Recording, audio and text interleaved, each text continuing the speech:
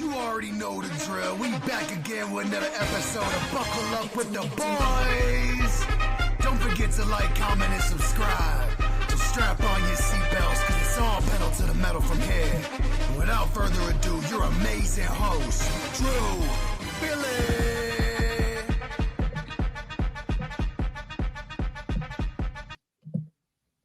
Oh, welcome back to another episode of Buckle Up with the Boys here with your host here, DB, and host Trevor Dinsmore. Trevor, how are you doing tonight? Well, if you could tell by the way I was dancing, I am doing very, very, very fabulous. Very good week to be a Pittsburgh sports fan. You got Paul Skeens winning Rookie of the Year in an unprecedented fashion. You got the Steelers beating the Ratbirds in the latest edition of that rivalry, and we got a chance to get a 2-for-1 this week against the Brownies on Thursday. It's a good week to be a Pittsburgh sports fan. And the Penguins are actually winning right now. I just got notified. They're beating the Lightning. So if you're a Pens fan, they're winning right now. I don't know if that's the way it's going to end, but enjoy it while it lasts. Yeah. No, a lot of news, a lot of things we're going to touch on as well. I've been asked, and me and Trevor been brought up in the party chat. Last week, that was on YouTube's end. We apologize for the episode. And then halfway through, if you want to go back, watch it. It's in our regular uploaded videos, so go back and watch that one. But before we get into things too, Billy, show us that jersey that we got. I Show that off. There we go. I know you posted it on the story, but I wanted to plug it live. You know what I mean? No, it's Trevor's going to be wearing one too. We might be out on the town next week. If you're in the Al County area, get a hold of us, and you might see us out at some beautiful establishment. Wednesday before Thanksgiving, I usually party at Jordan's, it's usually sardines in there, but it's a good time. Hell yeah, it's a good time. But no, also throughout, I'm a little battered here, sick. If I fuck up words or you can't understand me, please let me know in the comments. But a lot of news here, Trevor. A lot of action pack. Danny Dimes taking over the role. Danny Cutlets, Tommy Cutlets is taking over. Danny Dimes. You said, "Hey, you sick? Forgive me if I fuck up." It didn't take long. But Danny Dimes taking the backseat to Tommy Cutlets. The Italian Americans out there are fucking losing their minds. That was good timing. But we're not go too far into it, but sure, we're not shocked by this move. No. And I guess we'll look down the road here in 2025 what happens with him. But regardless, we're happy to see Tommy DeVito start because it's just been a fucking disaster.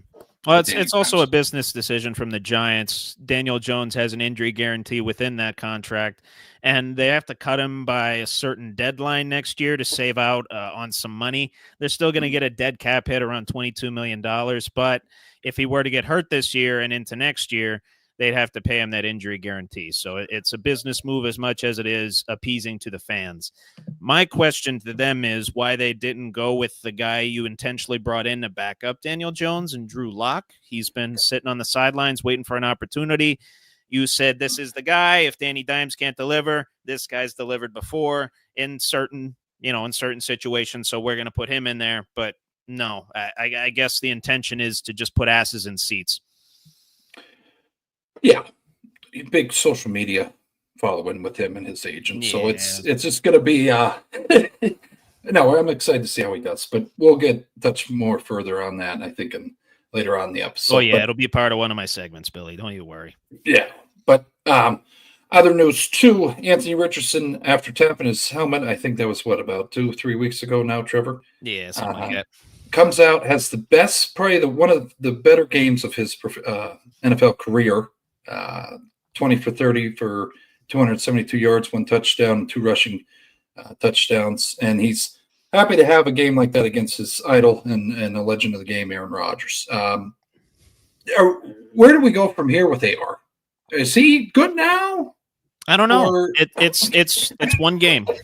It's pump the brakes a little bit. It's one game, and he showed what he's capable of for sure. With the two rushing, both very tough rushing touchdowns too. Sought contact on the way in and bowled a couple guys over.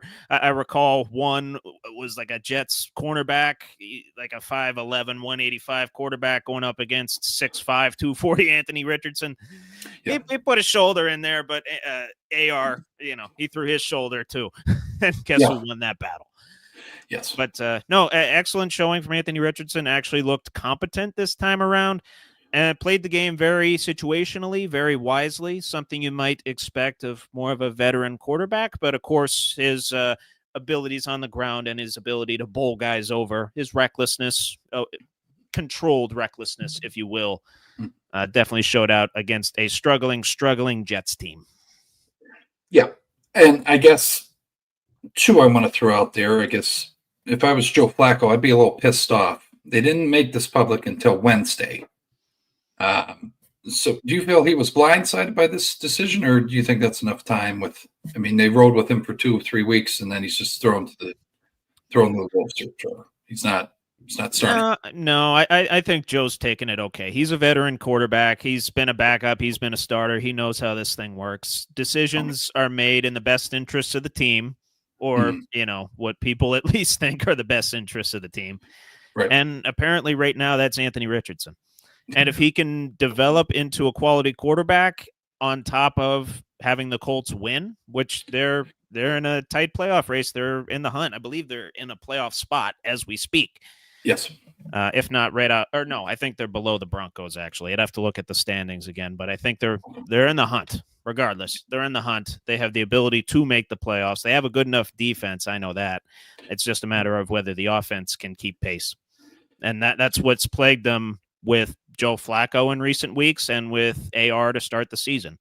Is this a sign of things to come, or is this a Zach Wilson against the Chiefs type of game? We don't know yet. Oh, very good.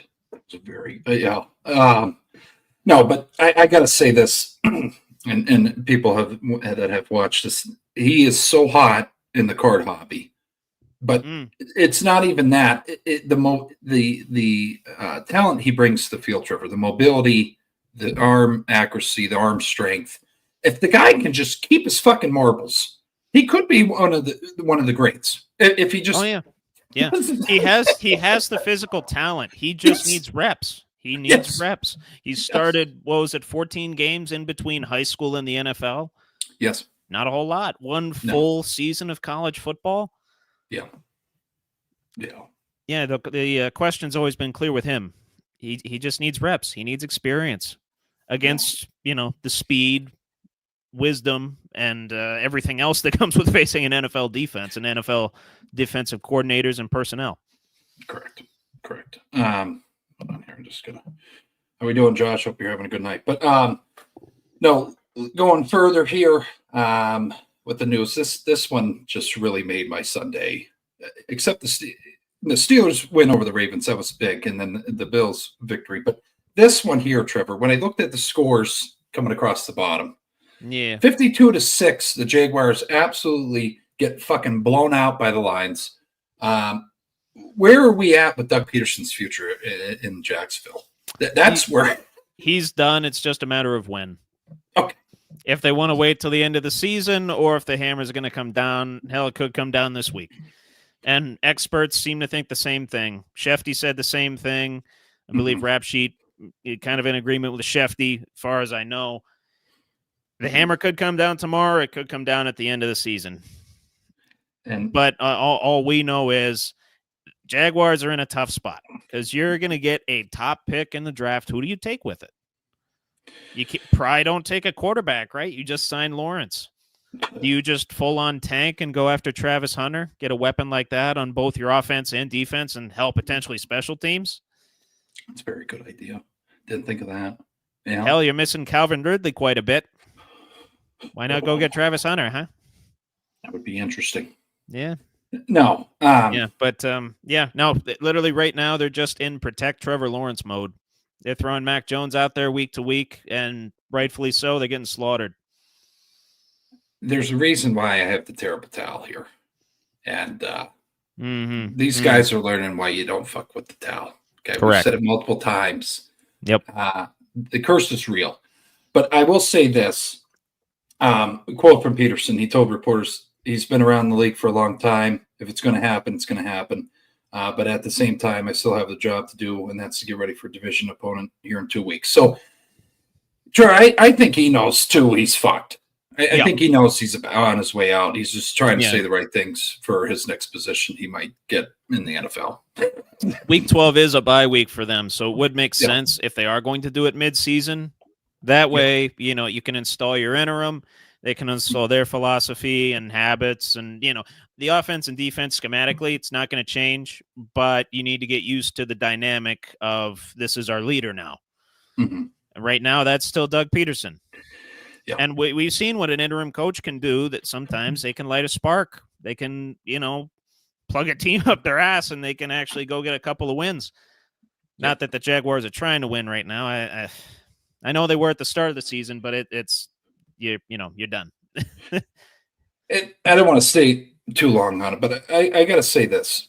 After having Urban Meyer there, then you bring in Doug Peterson. I like him as a coach. I'm going to be honest. There may be viewers out there that don't. I do like him. I do too. He's a bit inconsistent, bit of a riverboat Ron type, but he's had his success. So at the highest level of the profession. So but you see a lot of turmoil with the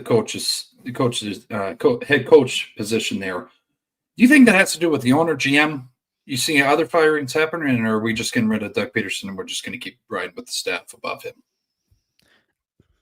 In terms of in relation to Doug Peterson specifically, or in relation to just like generally NFL coach firings? Well, no, with just the Jaguars organization. Just the because this owner's a fucking nut job. He wants to win now, Trevor. No, I know he did. He did at the start of the season, and I thought they had the team to potentially contend in that AFC South, but that's not the case. I thought they preseason. I think I had them. I might have had them in second in that AFC South. I have to dig up that file. 10 or 11 wins. I think I gave them. I was gonna say I might have had them around the same spot. I'm pretty confident. Can say I had at least 9 wins for them. Yeah. So I thought they had the team to do it. With the signing of Josh Hines-Allen as well, you have your defensive leader in place. You have a lot of good talent on that defensive side of the ball as well. Obviously, didn't show it against the Detroit Lions, but when the snowball starts rolling downhill, it just keeps building and building and building, and that's what it's done for the Jaguars. Yeah. Okay. All right. No, and then moving down the line here, Mr. Do-It-All, like that. Taysom Hill had a fucking day, Trevor. He did. In the 35-14 victory over the Cleveland Browns. He had 138 rushing yards, 7 carries. That 19.7 average per carry. That's a stat in itself. With 3 touchdowns. And he also caught 8 catches for 50 yards and completed 2 passes, or completed one of his 2 passes for 18 yards. And he also had a 42-yard kick return. Is he actually using this fucking Swiss Army knife? Like, no offense to him, but I think leading up to this, Dennis Allen being there, they weren't using him like the Swiss Army knife that he has to be used at the age of 34. No. I don't know what they didn't see in him. Yeah. We saw what he did. We saw what he did with the quarterbacks prior to Derek Carr. He would just fill in for a couple plays, and similar to how Justin Fields came in for the Steelers for a couple plays, just a couple impact plays, weighty downs, key downs. Yep. You toss a Swiss Army knife in there, and you don't know what's going to happen. Throws the defense off their game a little bit. You know what I mean? Yeah. Yeah. And I will say two of those rushes, 33 and 75 yards, respectively, both in the fourth quarter for touchdowns. I mean, I know in people in the comments and that are watching us, okay, it's the Browns. Still, a 34-year-old Trevor. Yeah. I mean, that's... Is that how old he is? Taysom 34? He's 30. I did not realize he's that old. Because Rizzi says here in a quote with ESPN, he says, he certainly doesn't look 34. He looked like he was 24 years old today. Yeah. We appreciate your efforts, Rizzi. I thought he was like late 20s, but no, 34. Yeah. Good for him. Good for him. Good for the Saints finally getting another win, I guess. They've actually won 2 in a row. They started out 2-0, lost 7, and then won 2 more. Fuck, they're at 4 now, right? They're at 4 and 7. Okay, they can lose out. That's enough. They can lose. I have them at 4-13, I believe. Yeah, I was going to say, if the pattern holds true, they're due to lose 7 straight right now, which 6 games left in the season, that would yield you the result that you want. Yeah. I think you had them getting 3 wins, I think that's what it was. Famously, the lowest total of any team in the NFL for you. I hate it. I hate Dennis Allen. Well, rightfully so. He's shit canned and out of a job now, so. But again, it shows what can happen. You fire a coach, and all of a sudden, you won a couple games here. Right. He's the problem. He was. But I'll say this: we didn't touch on it last week, and I know it's old news, but just how he has really taken over the whole organization, Rizzy. We didn't talk about. I think the most epic thing I've ever heard: a starting coach or new coach, interim coach, come in. He plugged the fucking toilet before the game. We didn't talk about that last week. I just have to say that's a storyline in itself. He's like, before the game, I plugged the toilet. I don't know if you saw that anywhere. Like, who's? I think I heard about it. Yeah, that's like he's just a true fucking guy. You know what I mean? He's one of the guys. Yeah. I mean, these NFL coaches, they're people too. Some of them are cyborgs like your Sean McVays, but then you got OGs like Dan Campbell and Rizzy, apparently. Yeah, Jesus Christ. But clogging toilets and taking names. And just one more fact before we go further here. Taysom Hill, after Sunday's game, joined LaDainian Tomlinson as the only 2 players since 1950 with at least 100 rushing yards, 3 rushing touchdowns, and 8 receptions in one game. It's pretty hell of a stat line to be. He had 8 receptions too? Yeah. No, 8 for 50. Had 10 targets. The only guy he had 6 more targets than the next closest guy. Jesus Christ. Which, thinking dunks, you know. Yeah. Still, that's ridiculous. It's just good to for see. Him, though. Good for him. He's been busting gotta cut out the turnovers, though. He did have a fumble and an interception, but he did. You know. Yeah, as long as he cuts those out, maybe he'll actually present some fantasy value. Probably not. Yeah. I mean, it's like Madden numbers, so it's just weird. It's like the meme of Jake Gyllenhaal where he's doing this and he's walking out.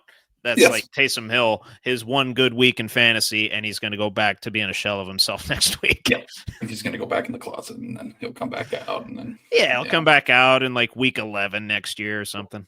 Yeah, but besides the Steelers and Ravens game, I felt this was the most action-packed game. We had the Bills against the Chiefs. Trevor, very fun game to watch. I wish I didn't take a nap in the first half, but very.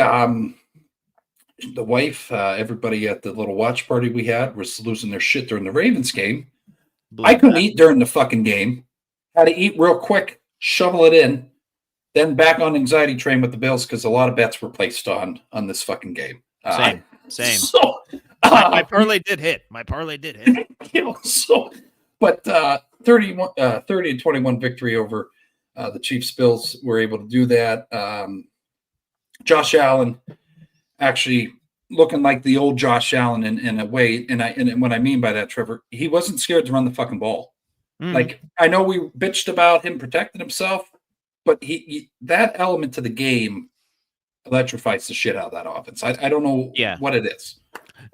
You can bitch about it if it's willy-nilly, but he's now starting to, he's been just running in those clutch moments. Again, like Tomlin says, you need to win those weighty downs, and who better to put the ball in the hands of than number 17 on the Bills? Yeah. No. So it's not an uncontrolled type of a thing. He's very selective in when he does it. Similar to when Mahomes does it. He only does it when he absolutely has to. Right. And I have to say this, and I guess I got to throw a little jab in there whenever we talk about the Bills. That's just how it goes, people. Now, the Bills have won 4 regular season games against the Chiefs, Trevor. They are 0-3 in the playoffs against them. So hopefully they're able to get over that fucking hump this season. Yeah. And also, where's the quote at? Because I love this quote. It shows Josh is just fucking hyper-focused. Where the fuck is it? Here we go. Yeah, can't fucking see what the hell I was going to. So at the end of the game, they only have 9 wins. It's not the playoffs yet. It doesn't mean anything. Josh is like, move on to the next week. So, I mean, I was a little wary on how the Bills season was going to go here, but they are fucking doing it, Trevor. I didn't think they had the weapons, but they have it. So yeah, and they're running away with that AFC East again. It's fucking shit. It's a shit show pretty much elsewhere. I mean, the Dolphins, they did win again, but otherwise, more on that Chiefs game from a statistical standpoint. Bills on third down, very efficient. They went 9 for 15 and actually 1 for 2 on fourth down, with that conversion being Josh, his late game touchdown. And the Bills defense, minus Matt Milano, actually held the Chiefs to 78 rushing yards against Kareem Hunt, which is pretty key. You force this Mahomes and this Chiefs to throw the ball a ton, you're going to have a decent amount of success on the defensive side of the ball. I mean, Mahomes did have 3 touchdowns, one of those to Worthy and 2 of those to Noah Gray, but still, he also had a couple picks. So you force him to make some bad decisions and make game-changing plays on the defensive side of the ball. Weirdly, too, and this kind of goes against what a lot of people have been saying about the Chiefs and what's gone in the Chiefs' favor from an officiating standpoint, they had double the penalties that the Bills did and over double the yardage, including holdings on key third downs on offense, as well as a 22-yard pass interference on the second-to-last Bills touchdown drive that kept that drive going. Could have been a 3-and-out, but 22-yard pass interference penalty kept that drive going. Bills ended up scoring in that drive from the third quarter going into the fourth quarter. Yeah. And then, of course, Josh Allen, absolute dog. I don't want the ball in anybody else's hands except his. And McDermott's called a go for it there. I even said it out loud. I was screaming at the top of my lungs. You kick this field goal, you're going to lose. You go for this. And he went for it. And thankfully, Allen made one of the best plays that I've seen in the NFL this season, one of the most instinctual and toughest plays from a quarterback that I've seen all season. No, I agree. I do have to say this. Watching, they're like, they'll kick the field, just kick. I said, I'm gonna fucking tell you now. No. I'm not trying to be like the football. And Matt's already had missed an extra point, so right. Pump the brakes here. When we saw wide right part 2 last year, so we don't want to see that again. And I know I've been sent it by friends of ours that we watch the games with Trevor. Football know-it-all, the fucking nerdy kid. Oh yeah. I'm like, I'm not trying to act like this guy in this situation. Oh, the Umbrella Academy looking guy? Yeah. Yeah.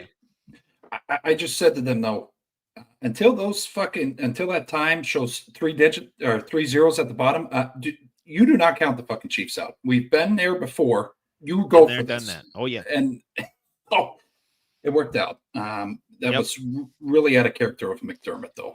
And his time management was actually good this time. Thank God. It was good when it needed to be. The challenge. I was like, okay, now you're creeping in with the bullshit, Shawnee. Come on. Yeah. We don't need that. Save the fucking timeout, but it is. On that particular aspect of it, I would venture to guess more often than not, it's the staff telling him to challenge it that's kind of in the wrong. Because he's just going off of what he hears in his headset. I would venture to guess that. Obviously, I'm not a coach. I didn't really see Sean McDermott's explanation of that, but that's an educated guess of mine. It's the guys barking in his ear, not like Tomlin listening to the players, and probably shouldn't have threw the challenge. Yeah. But no, switching over in a positive light of Mike Tomlin, and I believe in him. I believed in him ever since he's been hired. Sure. Huge game against the Ravens, huge victory, 18-16. In these matchups, Trevor, there was a person that came and watched the game with us that never watched the Steelers and Ravens game. I said, just be prepared. There's going to be some shit. It's a very chippy football game. And oh yeah. So Takeaways from that people game. into that game. Going into that game, we're saying, "Oh, this is going to be an offensive contest." These, I don't know, these offenses look really good, airing the ball out. I thought that too. Yeah, but lo and behold, no, old school Chiefs, Ravens, or Chiefs, Steelers, Ravens. Yeah, no. But your takeaways from the game, Trevor? Any insight? Before we get into my takeaways, I do want to play a little game. Oh, okay. I want you to guess between. I'm going to compare Chris Boswell to a bunch of players. You tell me who has more fantasy points this season. If you didn't see the post, did you see the post? No. Okay. So Chris Boswell, went 6 for 6 again. Second time that he's made 6 field goals in a game this season, and the fourth time in his career. No other kicker in NFL history has done that more than twice. And the second game that the Steelers have not scored a touchdown this season, they've won both of them. Yes. Mm-hmm. But between Chris Boswell and the following, who has more fantasy points this season? If you're going off the ESPN method of scoring, okay? Chris Boswell or Cooper Kupp? Boz. Mm-hmm. Kupp was hurt. Makes sense. Yep. Chris Boswell or Tyreek Hill? I'm going to say Boz on that. Boz. Okay. Chris Boswell or A.J. Brown? I feel like it's closer than I think, but Boz. Yeah. Chris Boswell or Trey McBride? I did Boz. Chris Boswell or Jonathan Taylor? Which that's a stat in itself. Boz. You get where I'm going here. Chris Boswell or Travis Kelce? Yeah. Boz, the usage has been a disaster, but Yeah. The point being, of any man on that field, Chris Boswell has the biggest third leg of them all. Oh, yeah. Made all 6 of his kicks, 3 of them from 50-plus. A 50-plus yard field goal at Heinz Field. Correct. That's tough. Yes. That's Justin Tucker, like, who missed 2 kicks on Sunday. Greatest day of my life. Oh, that was beautiful. Missed them left. Both left. Mm-hmm. Interesting the way that happened. I don't know if that's something that was happening with the field from the Clemson game the day before. I don't know. Regardless, Chris Boswell, one of the biggest hogs of anybody on that football field. Yes. Just lining it up, and it's automatic. We can almost take it for granted now. Half the time I look away from my television screen and go get another beer, and then I walk back, and there's 3 more points on the board because I know Boswell just made it. Yep. His only miss this season, 62 yards. Yeah. Let that sink in, folks. Let that sink in. Anyway, other takeaways from it. Steelers shut down Derrick Henry and actually forced his first fumble in 538 touches, if you can believe that. And of all people, Nate Herbig forced it. In the opening moments of the game as well. I believe it was the Ravens' first drive they forced that. Yeah. And Patrick Queen, revenge spot. Ravens, you don't want me? Okay, fine. I'm going to go to Pittsburgh. I'm going to sign with them. And he's looking like one of their best defenders right now. He had 10 tackles and a forced fumble. A pretty key forced fumble, too, near the end of that first half. That got the Steelers 3 more points. Mm-hmm. So, big day for Mr. Patrick Queen. And I must give props to another one of our Lord and Saviors, the pride of the NC State Wolfpack, one Mr. Peyton Wilson. Yes. That was one of the best pass defenses from a linebacker I've ever seen. Yep. Hill is right here, and Wilson's coming over the top with it, and he's just wrestling the ball away. And I literally scrolled through videos of Ravens fans just going nuts at that play. And I went nuts too. I absolutely went nuts. I was tired as hell, but oh my God, that play was like cocaine. It just, holy fuck, what did I just see? Right. I don't want to interrupt your take, but go ahead, please. What I was bitching at the screen because I was like, if they fucking call that, a completed pass for Hill, I'm gonna fucking lose my mind here because it was still moving. Oh, he rips it out. He never established control, and so Wilson wrestled it away. to all the Ratbirds saying that should have been a completed pass for the offensive side of the ball, go fuck yourself. The ball was still moving. Okay. Oh, yes, it was. That's a hell of a defensive play. Absolutely, my friend. And, of course, T.J. Watt getting a sack, multiple tackles for loss, and that stuff of Derrick Henry. I think it was on a second or third down. That that I know that got you bricked up. That got me. I needed to change pants after the fact. Yeah. Yes. And Minka contributing as well. Didn't make any splash plays, but he had 7 tackles, and he made a few key tackles in the pass game as well. Andrews was going to break away on a couple of drag routes, and Minka got his feet, made sure he didn't get any extra yards. They made the Ravens earn it, and on a couple of drives they did. They did score a couple touchdowns. Henry got in the end zone I think he's gotten in the end zone every game this season. Yes. Got in the end zone again. But, Pickens balling out as well, 8 for 89. Russ completed 64% of his passes, was efficient. Steelers had 122 rushing yards. Najee did okay. And it wasn't pretty. It rarely is. Rarely is. And this game had the feel of like a late 2000s Steelers-Ravens matchup.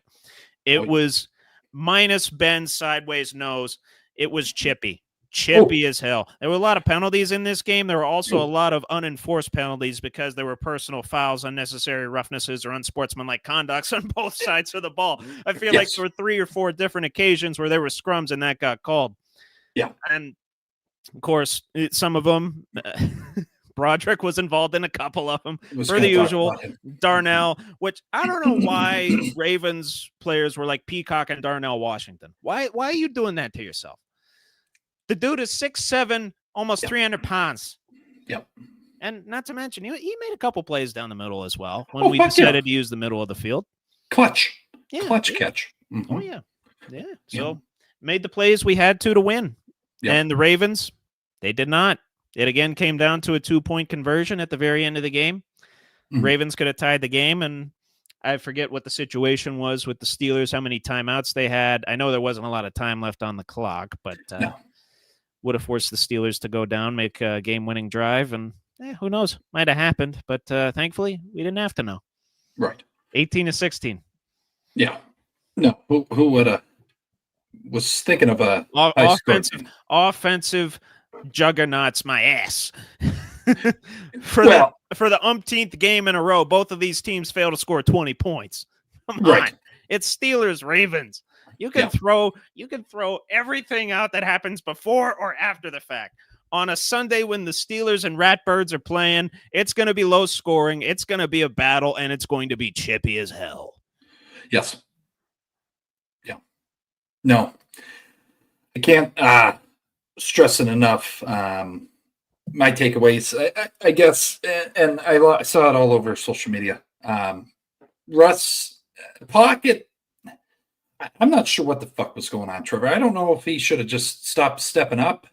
Just seemed like at some points he was a little flustered. The Ravens had a pretty good pass rush going. I will say that. Fuck. I mean, that's, and you're barking for Fields to come in. Yeah, but I'd rather have no offense to Fields. I'm still a supporter and believer in him, but I'd rather take experience in these kinds of games, Trevor. I mean, when we play the Ravens, Bengals, even the goddamn Browns, there's a different feeling to it. Mm-hmm. Even though we've kicked the Browns' ass. Broderick, though, Tomlin was asked after his presser, or in his presser after the game, if he's going to be making any decisions in regards to Broderick. He basically told the reporter to mind his own fucking business. He's the coach. He knows what he's doing. I like that.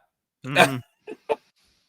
If it was Cowher's team, Trevor, I don't know how he would deal with it. But I don't think it would get to this type of a point with Cowher, though. No. I think he would have nipped it in the bud right away. Yeah. So we got to stop living in the past. Tomlin, he's never had a losing season. I hate that statistic. I know everybody else does, but he is a good goddamn coach. We need to appreciate what we have. Yeah, But weirdly, I do want to give a bit of props to the Ravens defense. They did fluster us for a while. Odafe Owe, I didn't know who he was before the game started. You bet your ass I knew who he was by the middle of the first quarter.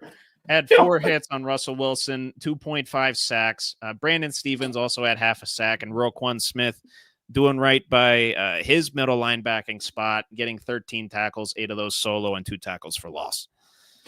Yeah. So I'll say this, and I don't think maybe the Steelers of old defense, but the Ravens, they just have and they've always had it, Trevor, and I would say our defense has it too, but they love to get in your face to knock you off your rhythm. That's the only reason. I think viewers out there and maybe football fans are like, these guys are a bunch of thugs. That's just the atmosphere that the Ravens Steelers games have. That's just how it is. There's a strong hate for each other. Mm-hmm. You just have to appreciate it. Yeah. Well, and these coaches know each other so well too. Harbaugh and Tomlin. Only Curly Lambeau and George Halas have met more times than these 2 guys have. There's fucking some important names right there. You bet your ass. Yes. You bet your ass. You're talking about the founder of the Bears and the namesake for Lambeau Field. Yeah. So, no, just takeaways, and I do want to get a photo framed of TJ just nailing the fuck out of Derrick Henry. That was one of the best plays. I hope there's a card made with that. Yes. And I will send that to you. I would appreciate that. Thank you very much. Because that moment was like when Jerome Bettis stormed over Urlacher. It's just two greats fucking mean. You know what I mean? So I never seen my dad jump so high as when Bettis did that. It still gives me goosebumps. His head almost hit the ceiling. It was a sight to behold, especially at 5 years old. Yeah, totally worth it. Wait, 7. I was 7. Yeah. 05, no. I was 7. But the season that Henry's had, and for TJ to get a splash play like that, it's fucking awesome. But no, switching over here too. Also, we have to talk about it. I know people probably saw it and are waiting to see our reactions. Trevor, Myles Garrett calling out TJ Watt. I don't know why we're waiting till. I think it's because it's game week on Thursday. But Myles Garrett wants an apology from TJ Watt for leaving NFL honors or not attending NFL honors because he didn't win the Defensive Player of the Year. Your thoughts, feelings on this? Is this just trying to start shit prior to a game? Yes. Okay. Yes. As far as I remember, TJ Watt had a family matter that he was dealing with. Yeah. And you know the Watts, family over everything, right? Yes. God, family, and football in that order. Yes. And family always comes before football. And here's my thing with Garrett. He's known for, sometimes stirring shit up, especially in this. I don't know if I would even call it a rivalry this year. Browns are 2-8. Yeah. It's 2-8. You were supposed to be the class of the AFC North, right? You were supposed to at least contend. You're not even close to that. You're right. And now you're just grasping for straws, looking for a little incy bit of attention going into this Thursday night game. And it's probably going to be a close game. Short week for both teams. Division game. Coaches know each other very well. So, it's probably going to be a close game. Yeah. But if the Steelers have proven anything so far this season and throughout their history, really, they know how to win close, tough games. Yes. And TJ. And I will say, too, if he doesn't want TJ Watt winning Defensive Player of the Year, go win it yourself, which I know he's done twice, I believe. But both questionable, but we'll leave it there. The latter more so than the former. Yes. Correct. Yes. Correct. Yeah. You look at I know these awards guys, they look at a lot of advanced statistics, double team rate, what have you. But in terms of being just an absolute game wrecker, it's pretty tit for tat. Yeah. Yeah. But in response, it's, again, why the Steelers draft these guys that stay with their organizations for a long time. It's they're good people and they're good competitors. And TJ, in response to Garrett's plea for an apology. Says he's focused on winning games and focusing on the team. You're not gonna get shit out of TJ. No. I'm just gonna. I just have to say no. And if I may be the Luther to Obama, yeah. Fuck you. You're not worth my time and attention. Right. Right. And here's the thing. I think people, and if people didn't know this or this is the first time you've heard it, he literally one of the biggest steals a defensive player has received, Trevor. Yes. He let his agent do it. He just wanted to get on the field and practice. Yep. He didn't sit out. He respects the Rooneys. I mean, how the hell can't you? You're not the guy. This is not the guy you're going to start shit with. He's not going to give you what. And if he did, JJ would probably beat the shit out of him. I'm just going to be honest with you. I mean, they're all good guys. I mean, I don't know how you can hate the Watts. I guess if you're facing them or you're from an opposing team, you're a fan of them. I was going to say, if you're an offensive lineman, tight end, or quarterback, or even a running back trying to block these guys, yeah, you probably don't like them very much. Right. But as people, yeah. Oh, good. All right. Yeah. Hey, happy to see you in there. Anyways, I'll be coming back later with debate time. We'll be moving over to Trevor's news and segments. Gotcha, my friend. So I did want to talk about one more game post the Steelers. Yes. That Chargers-Bengals game. I don't know if you watched that. Very upsetting. Yeah, I agree. And thankfully, and yes, we'll talk about what Joe Burrow said in the postgame. Yes. Which was not a whole lot, but no. That game, thankfully, was flexed to that Sunday night spot in favor of the, what was it? I think it was the Colts-Jets game was flexed out. So good call, NFL. Thank you very much for that. Yes. Joe Burrow, fabulous as usual. Few touchdowns, 356 yards. Shooter McPherson, literally anybody in the AFC North that was kicking that was not named Chris Boswell could not kick on Sunday. And McPherson, same thing. He missed a couple of chip shots. Yes. But I will give props to Ladd McConkey. I did not think he would be this good. He had 6 receptions and 123 yards and was even banged up during the middle of the game, came back, and still lit the Bengals defense on fire, which admittedly is not terribly difficult, but still, you're in the NFL and you come back from an injury and you perform at that high of a level, you deserve some props. Yes. Johnston, Quentin Johnston and Will Dissly filled in nicely as well. They had a touchdown apiece. And the Chargers defense, even though they didn't get to Burrow a whole lot, they did hit him 14 times, shook him up a little bit, even prior to the fourth quarter and third quarter comeback effort from the Bengals. Mm-hmm. And the Bengals defense, they did force the lone turnover of the game, held the Chargers to a combined 4 of 12 on third and fourth down. However, it was chunk plays and untimely mistakes that unfortunately killed them. They gave up about 7 yards per play. And capped off by that J.K. Dobbins, that very last run that ended up winning the game for the Chargers, that 29-yard touchdown with 18 seconds left. Mm. And it just keeps getting worse and worse and worse for the Bengals. Joe Burrow, after the game in his post-game presser, and I forget what the exact wording is. How disappointed are you in this season? Or why are you disappointed in this season? He's like, pretty obvious, pretty self-explanatory. Yeah. And he's like, what did you say to Evan McPherson as he missed those 2 kicks? Nothing. I could tell just by how drained his face was. He's so badly wants to throw his teammates under the bus, but he's too good of a human and too good of a leader to do that. Do you think, and we've never dealt with this, except, but that's not really the Bengals organization. Are they losing Joe Burrow, like mentally? Yeah, like he's still playing good, but the belief. Don't know. That's the thing. He's I think he's the number 1 fantasy quarterback in the NFL, if not number 2 Correct. behind Lamar. Like, he's still just lighting it up each and every single week. He could be in the MVP conversation if his team was actually winning. And yes, a couple of those games were close. They're probably about 3 or 4 wins away from being close to 500. Yeah.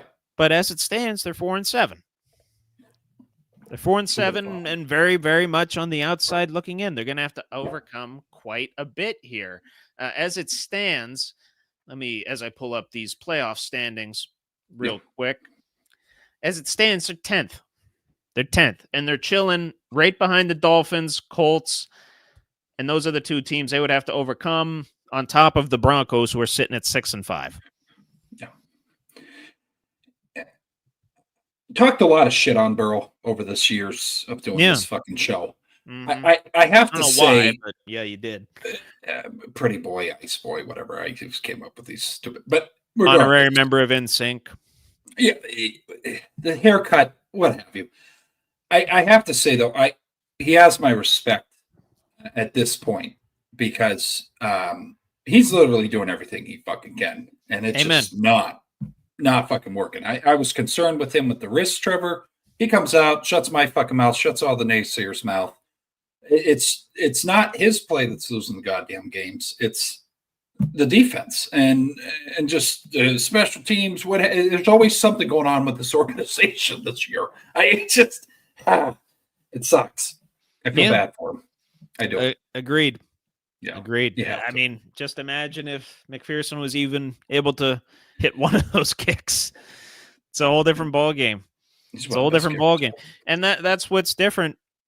That's one of the things that's different between these Ravens and Bengals teams is their kickers normally who are dynamite, not making kicks. No. Not making kicks when they need to. No. And guess whose kicker is? Goddamn Pittsburgh Steelers. Yeah, he's making all the kicks. He's making all. If he doesn't make all those kicks, we don't win that game. You know. No. I believe his 57-yarder tied his own career best best at Heinz Field, something like that. Heinz Field, yeah. Yeah. Previously held by Jeff Reed. Jeff Reed at 53 yards. Just want to throw that out there. Yeah. Jeff Reed. We appreciate Jeff. We appreciate his kicking. He was hosting before I don't want to interrupt what the hell we were doing here, but he was hosting. No, go ahead. I'm done with the Bengals game, yeah. He was hosting one of the tailgates at the last Steelers home game. Could you imagine fucking partying with Jeff Reed, man? That'd be very interesting. There's probably a lot of kegs and funnels there. Oh, God. On top of pong tables and hopefully some bags, too. You know, you got to have the bags. Yeah. But, no, good shit. It's shocking, but, yeah. And last thing I will say on the Chargers-Bengals game, credit to Jim Harbaugh, turned around another program. They're contenders now. And the many times that we thought both teams were going to lose that game, you know, the Bengals are trying to lose, and we thought the Chargers were going to charger again.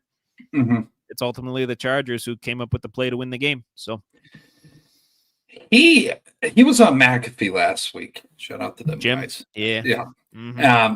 They had him on there. Trevor, he listed off 15 guys. Like usually, I'm going to say, I think Tomlin gives like the other players, but he listed off like the long snapper. I fucking love that guy. I love his intense. Like, yeah. Oh, I know he likes that. You know that Matlock that they have. I think he's their fullback / defensive end or something. Yes. He. Oh my God. He calls Herbert Beast. He doesn't call him Justin Beast. Yeah, I love Beast. Yeah, I think the whole thing and scandal with Michigan, I don't like John, and that's just because of the Ravens. I'm sorry. Jim, I like his energy. I do appreciate what he brings. Yeah, he's 60 years old, and he's still hitting the gym shirtless with NFL players. I mean, come on. They had to put a heart monitor on him.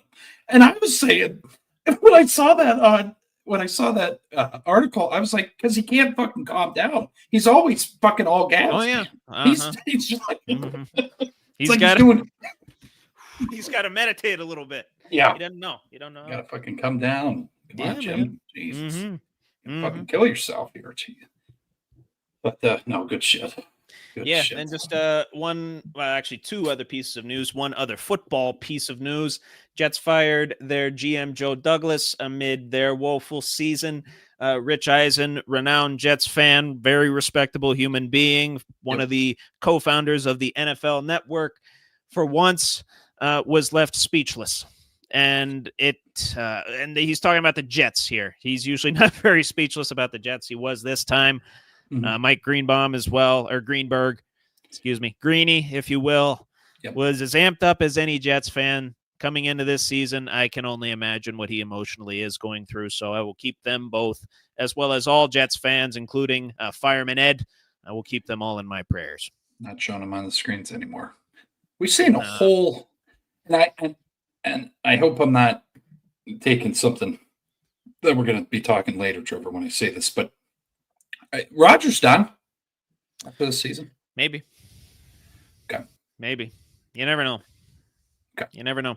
Okay. He's playing like he should be done after this season. I'll just say that.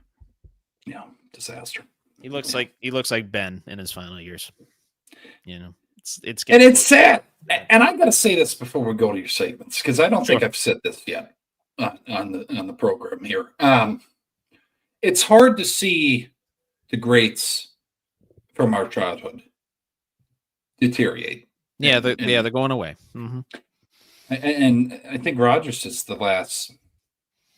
I mean, I don't really care for Flacco, but I think Rodgers is like the real fucking guy from Ben's era. That's it. Be going off. So your Breezes, your Mannings, your Brady's, Roethlisbergers. I miss Phillip Rivers. Phillip Rivers. But why? Why do I miss him? Like,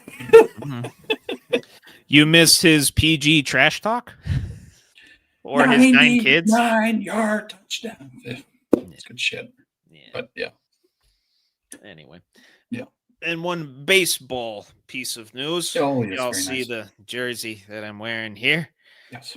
One Mr. Paul Skeens was indubitably awarded the National League Rookie of the Year award, and created one of the most viral moments of the last, I'd say, month or so with Livy Dunn, when he was just kind of awkwardly sitting there. She was going in for a hug. He was going in for a kiss. And it just created this awkward thing that was still kind of like cute in a way. And, you know, it gave me an excuse to watch Livy Dunn on my phone from time to time. You know what I'm saying? Correct. Not that I need that excuse. Right. Paul Skeens is a lucky man. Yeah. But anyway, Skeens did this in historic fashion. He completed all 3 of the following tasks in his rookie year, which no other pitcher had completed all 3 of them in their career. Mm-hmm. Started the All-Star game. He won the Rookie of the Year award, and this goes for AL and NL. No pitcher had done this, and had a season with a sub-2 ERA and 10-plus Ks per 9. Did all that in one season. No other pitcher had done all 3 of those in their career. Yeah. Pretty amazing stuff. And to top it off, the great Baltimore Oriole Ironman Cal Ripken Jr. Presented him with that prestigious honor virtually, you know. But still, he announced him in.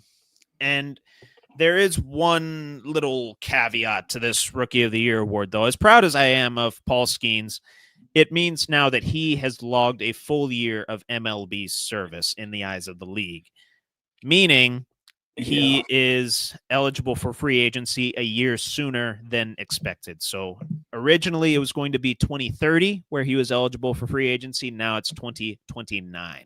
The arbitration schedule stays the same. He's eligible for that in 2027. But it just creates a heightened sense of urgency for Pirates personnel, Pirates organization, and the fans. You know, let's keep this guy around, okay? He's the future, but, you know, he might not be here as long as we want him to.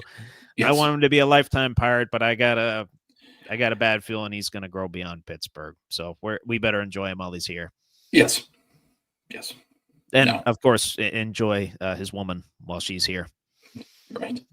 No. He's a gymnast, man. Those gymnasts. I'm a big fan of Skeens. I think he's just very, you know, handles himself professionally. Someone put this meme out, and I was just like, damn. They right before they announced him win the Rookie of the Year. Oh, Livy and him got an argument prior to this. That's why he was awkward. And I'm like, just let him. He's just nervous. I would be. Jesus. I mean, it's No, He's here's the thing. accomplished. Here's the thing, though. Livy was asked about it after the fact. And okay. what I described in leading up to that, that's exactly what happened. She was going for a hug. He was going for a kiss. And it was just an awkward, exchange. It wasn't, they were just so. She, at the very least, was very emotionally heightened in that moment. Skeens was more emotionally heightened to drive a fire truck in the Pittsburgh area than he was winning Rookie of the Year, apparently. Right. But still, there was a reason for that. There's no drama there. There's nothing. No. Okay, there's nothing. Just two young kids, just two young kids in an awkward situation, and it happened to be caught on camera for the whole world to see. Okay, take your rumors and shove them up your ass. Yes, and I agree enough. Yeah. Anyway, with that, that's it for my portion of the news. I figured I had to get those two pieces out there, especially the latter as it related to Paul Skeens, and I'm going to bring her up again, Livy Dunn.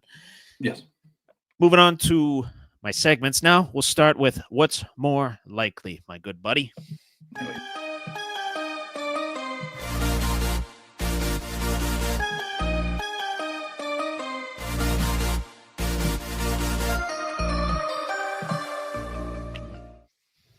Y'all didn't get to see it. I just took a sip out of this big old mug of mine. That's very nice. You can fit 3 12-ounce beers in this thing. Fucking wild. Mm-hmm. So needless to say, I don't take too many trips to the fridge. Trips to the fridge on Saturday and Sundays. I just, go to the kitchen, load up. We're good to go for like 2 hours. And then I got to go back. But anyway. Starting out with the FanDuel Weekly Special, and it's talking about the Steelers and Browns game, actually. More likely FanDuel Weekly Special to hit this week. TJ to record a sack and Minka to get an interception, or Najee and Nick Chubb combining for 3+ rushing touchdowns. Both of those are at plus 1,300. I'm going to put that bet in right after we're done with this show. Okay. Tej and Minka. Oh, I'm on the rushing touchdowns, my friend. Okay. Yeah.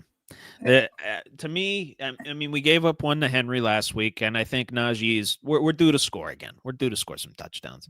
Yeah. Najee, I think this is one of the games where he starts running like a madman. We're going to have to simplify the playbook a little bit, as you do on a Thursday, and a lot of that's going to involve Najee just running guys over. So. Okay. And, Chubb, we usually have some semblance of issues with. So, Yeah. But anyway, sticking with the NFL, more likely to be the higher total between these two props. The amount of rushing touchdowns in the Eagles-Rams game, that's the Sunday night game this upcoming week, or the margin of victory between the 49ers and Packers. That is a 2.5-point spread from Lambeau.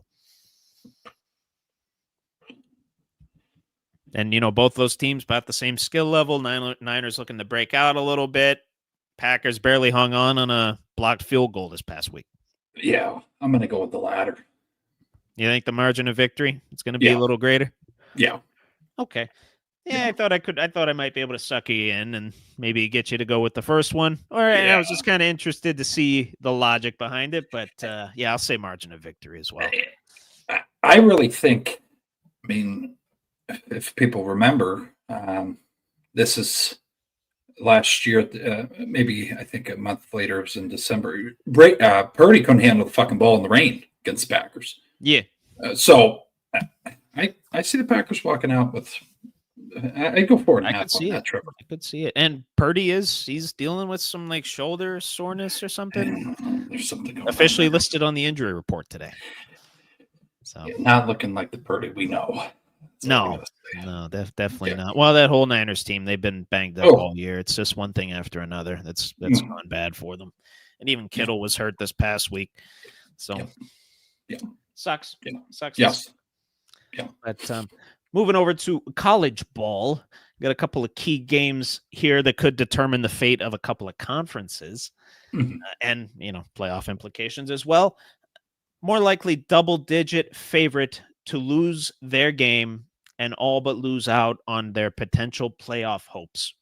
You got Ole Miss at minus 10.5 at Florida. or SMU minus 9.5 at Virginia. Who's more likely to lose between those two? And those lines via ESPN Bet. Oh. SMU was hot. I was going to say Ole Miss is hot as hell too, but Florida just came off a pretty good victory against LSU. I'm going to have to say Ole Miss here, Trevor. Ole Miss more likely to lose? Yeah. More likely to have a downer this week, huh? Yes. Or do you just have more faith in Florida right now? And more. They showed something last week. They did. Yeah. They're not giving up on that coach, apparently. So no. Them. No. And it fucked me in my parlay. So fuck them. But No, I got you. Goddamn Gator. Yeah, I mean, I don't like Lane. So I'll say Ole Miss. Okay. I hope he chokes. Yeah. On more than this game, but Yeah.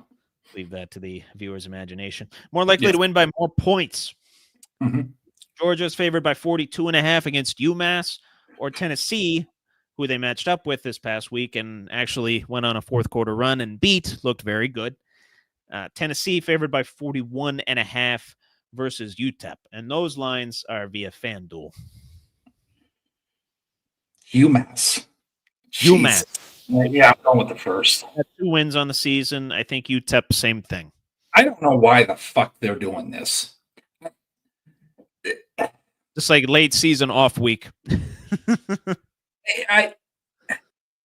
They played Penn State last year, I think, Trevor.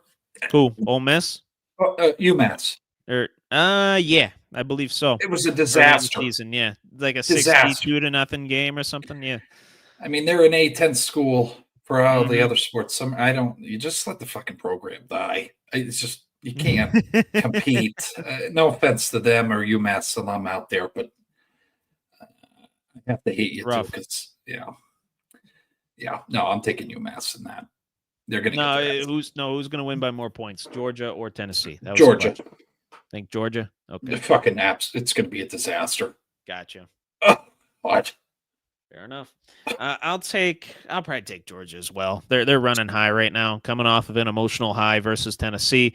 I believe that game was tied at halftime, and then Carson Beck got hot in the second half, and the defense held them to no points. So we love you, Sid.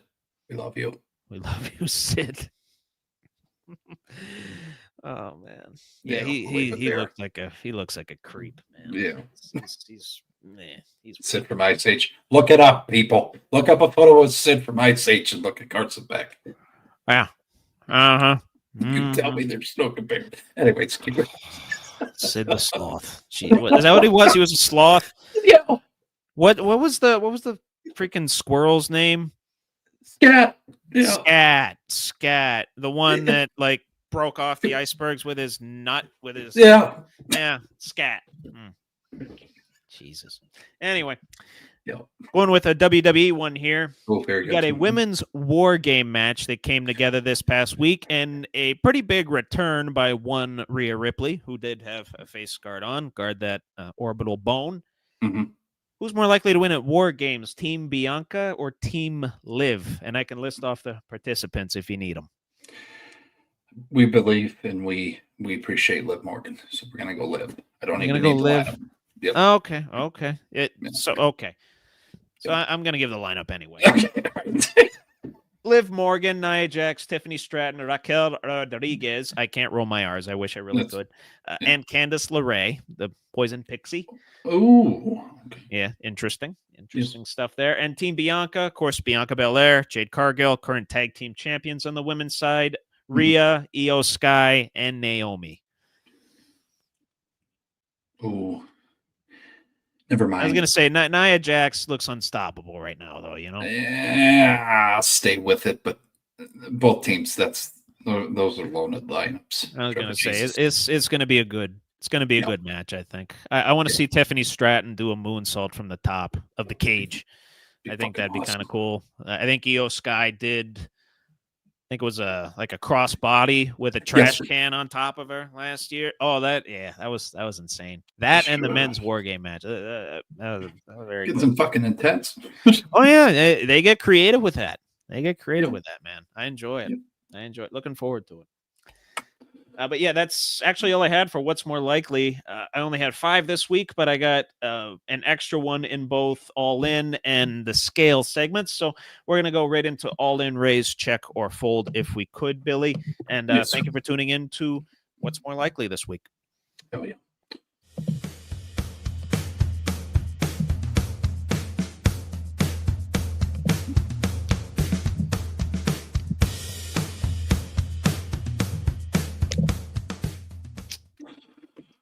Always got to cleanse the palate.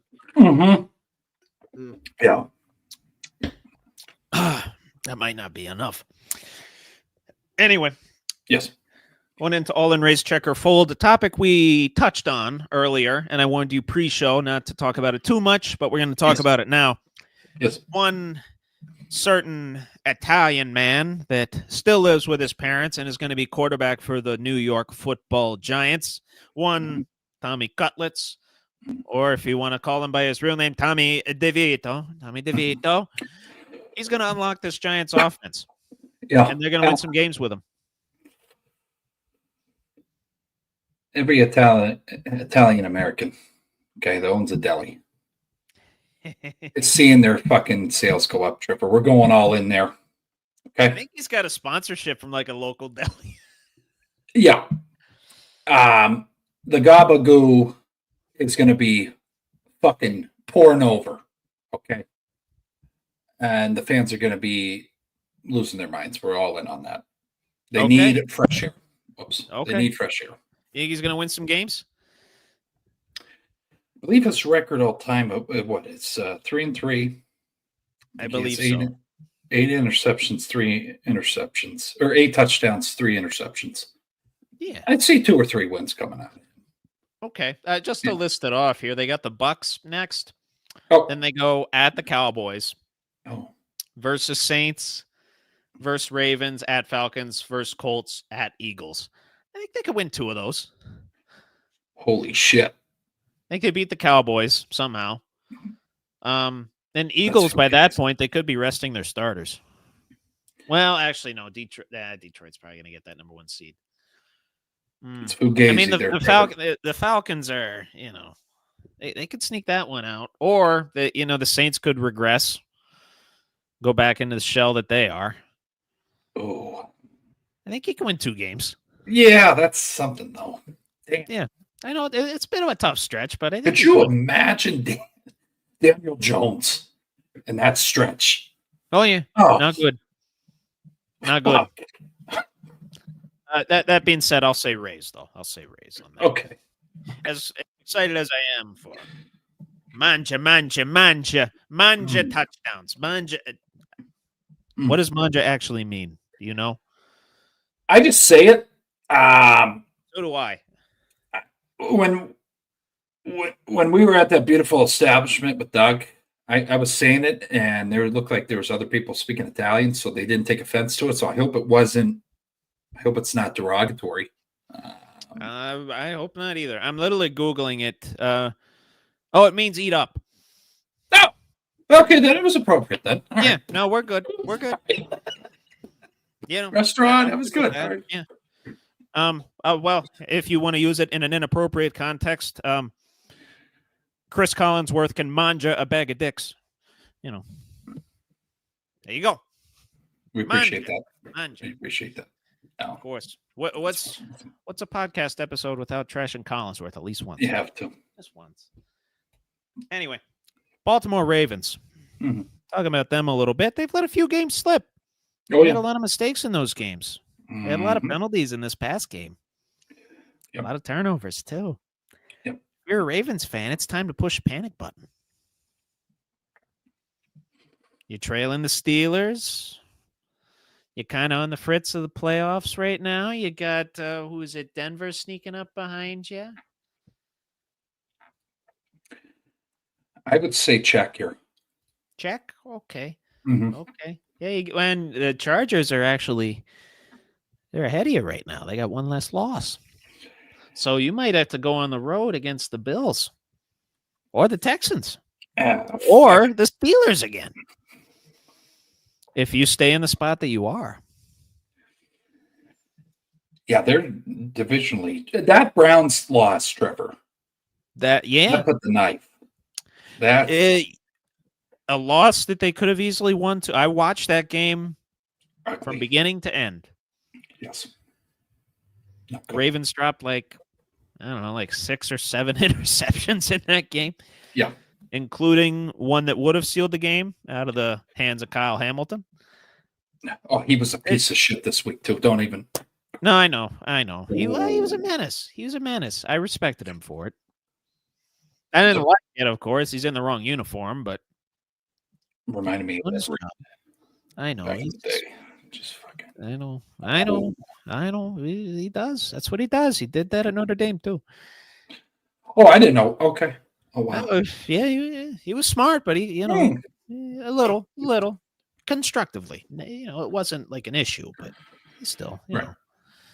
Right. So you're at a check. I'll say. You're at a check. I was going to say I'm in between a check and a raise. I'll say high end of check. I think they still got a good foundation. They do have to sew up the back end a little bit. They allow too many big plays to the middle of the field. And, of course, they got to quit shooting themselves in the foot with all these turnovers and penalties. They got to tighten that up. And if there's one guy that can do it just like that, I think it's John Harbaugh. So, well, and I think what we saw, too, again, Steelers defense, pretty goddamn good. Yeah. But you saw, Trevor, and I think a lot of teams out there, they're scouting this, they're looking at it. You shut their run game down. Yes, Lamar can throw. They're fucked. They're still fucked. This is still an issue. Yeah, they can't be a one-dimensional team. Well, no one can be a fully one-dimensional team, but especially the Ratbirds, they need that run game to work.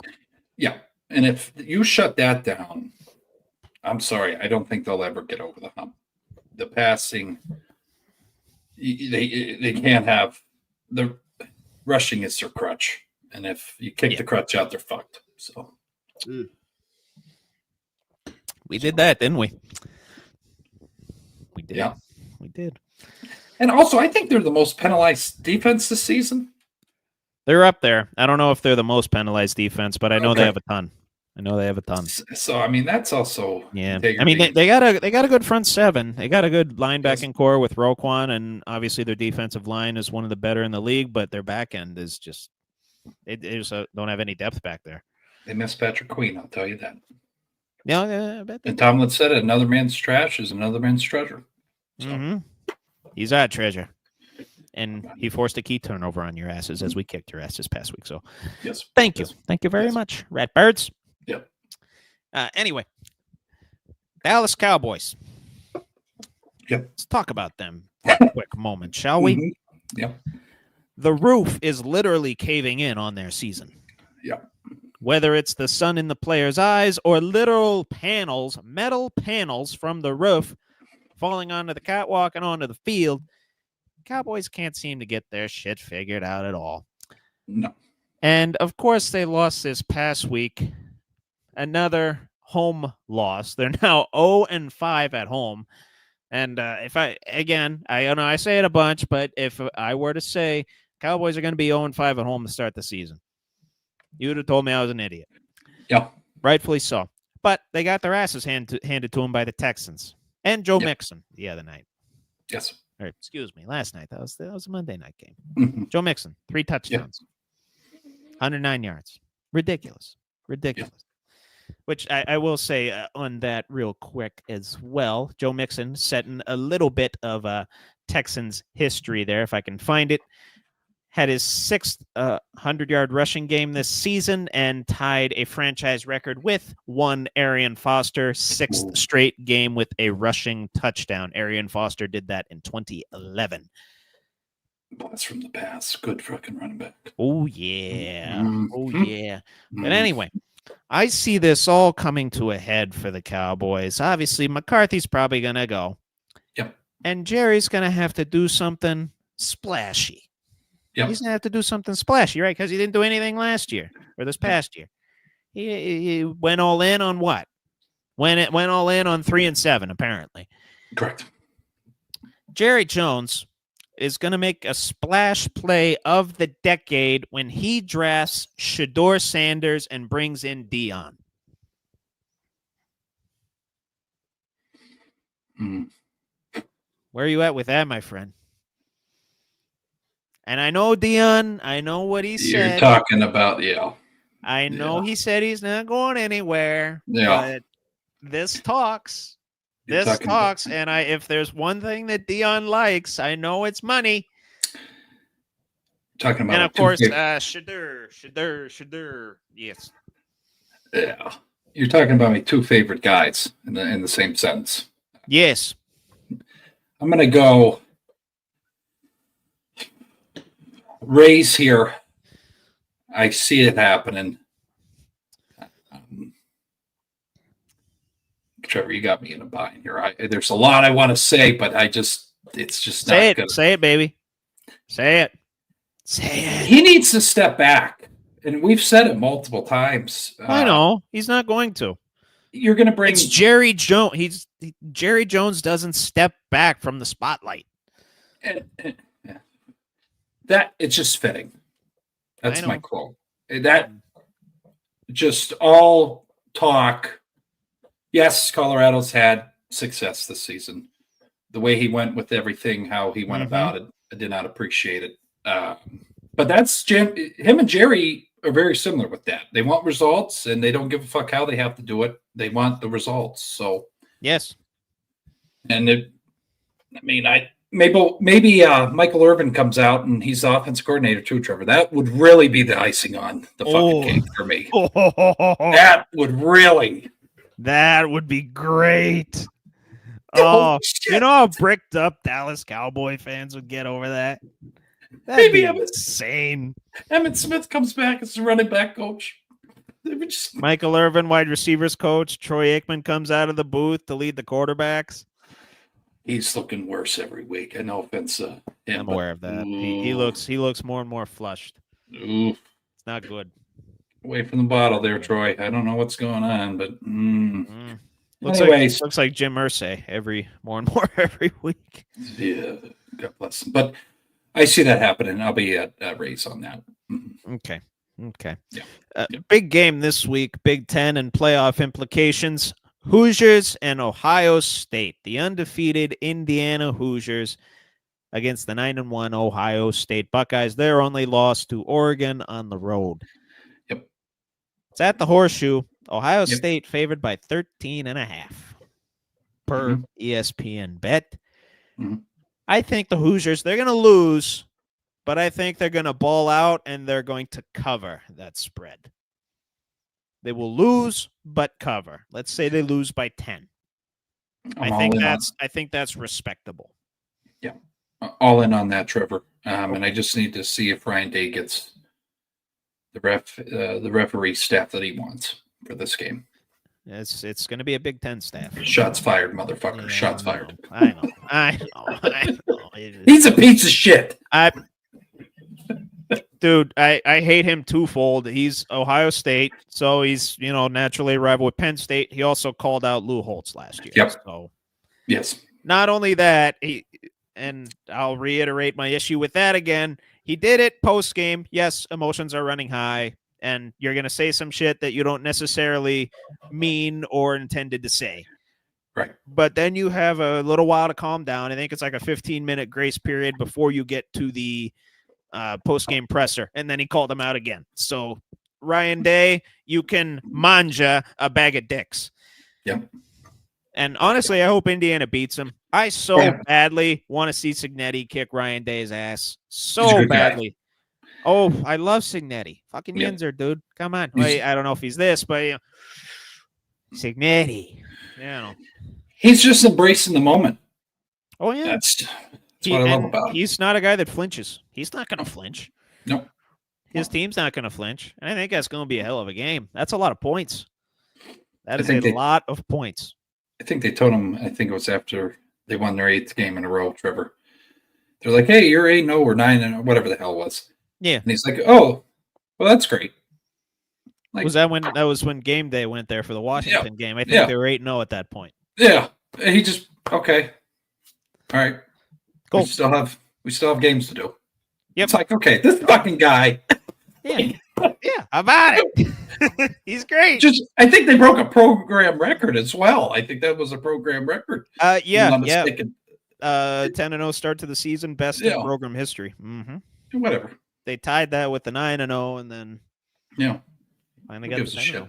Yeah, good for them. Good for them. Like I said, I hope they kick their ass. I do.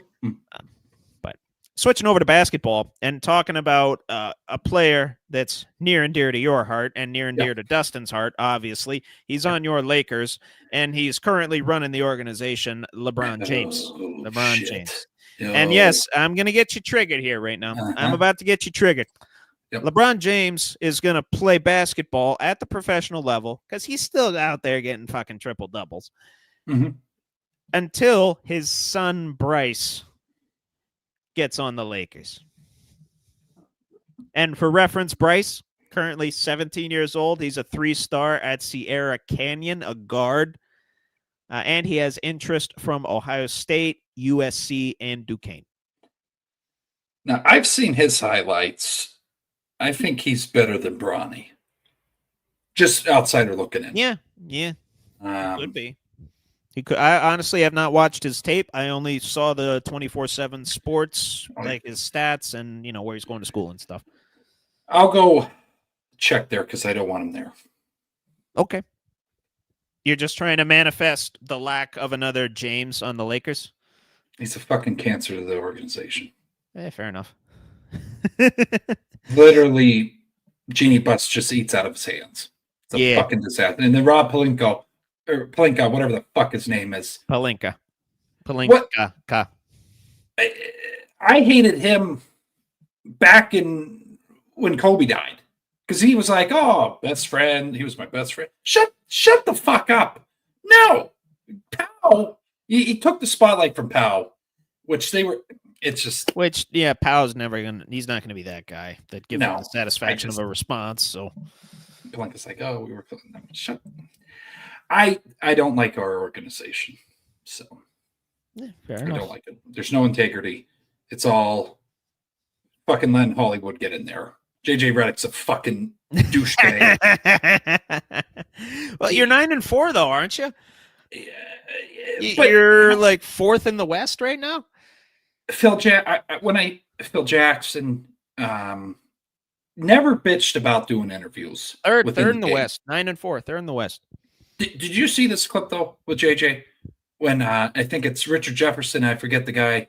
They're doing like after halftime interview. Oh with yeah, him. yeah. It's like, oh, I wasn't able to drop whatever fucking play or whatever or Simon's. He was joking with him. He was ribbing him, but I know it's still kind of a circus. Yeah, I get it. It's like you're a fucking fuck boy. Yeah. How are you in this position?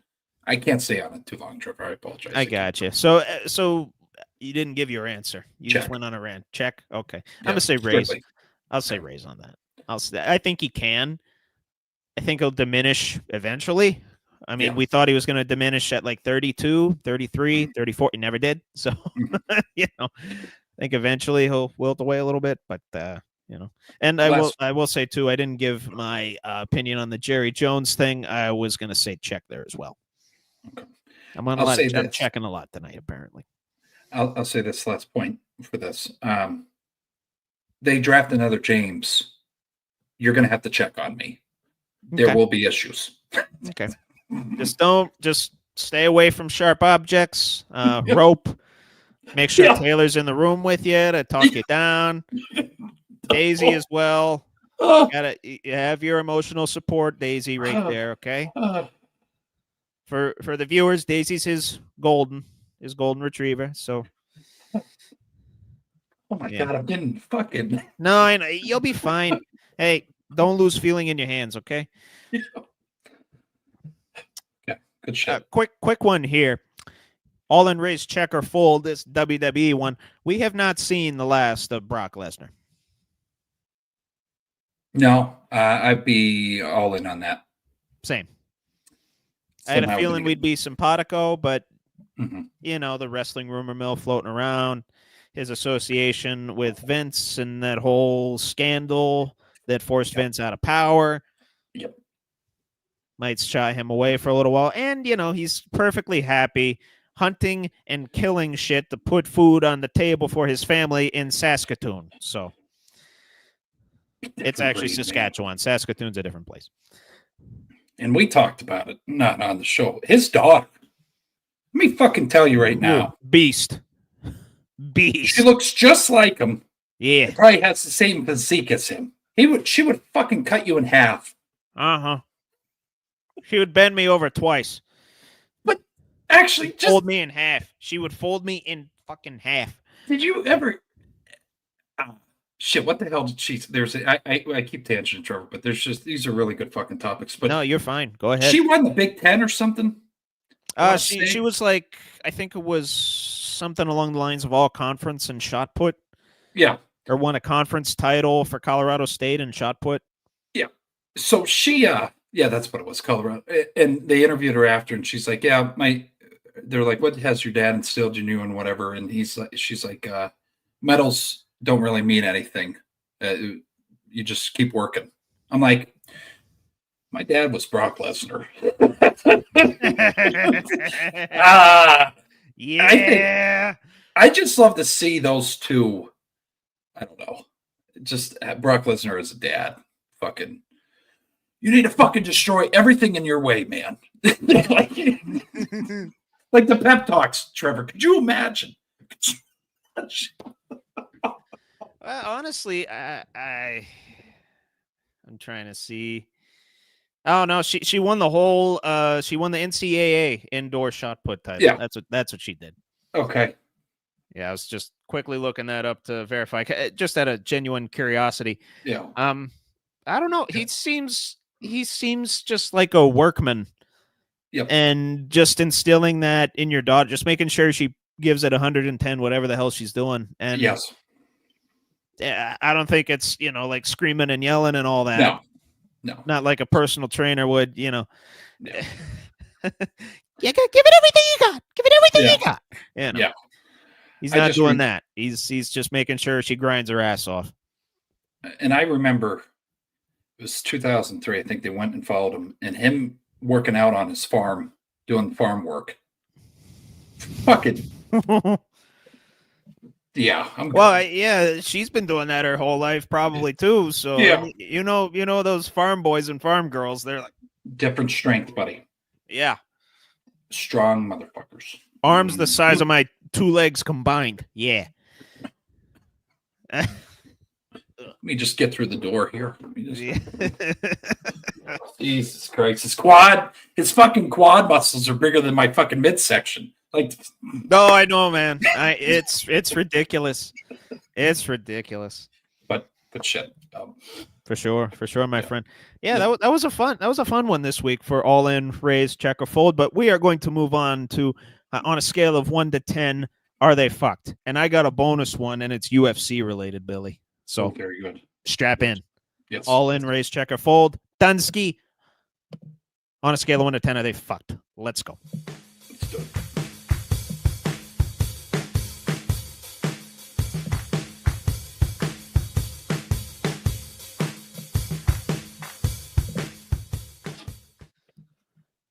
I'll never get over that Nicolas Cage thing. But if y'all noticed, I started the show doing a little bit of this, huh? Yeah. A little bit of this, a little bit of this. And YMCA, it's fun to stay at the. Good shit. Was ringing in my head as I was doing it. And apparently it's caught on in the NFL as well. Yeah. Brock Bowers famously doing it. I think a couple guys on the Texans did it. Just kind of. Both. And one John Bones Jones did it after his UFC fight. Yep. And NFL, not normally known for going to the red side of things. Yes. At least not openly, I mean, Christ, what was it? Nick Bosa was wearing a Trump hat right before the election, got fined for it. Yeah. But apparently, they don't got any issue with these Trump dances. He did it after one of the sacks, I believe. The week after he got fined. He's so. Dun, dun, dun, dun, dun, dun, dun. Yeah. Oh, yeah. But anyway, on a scale of 1 to 10, are they fucked?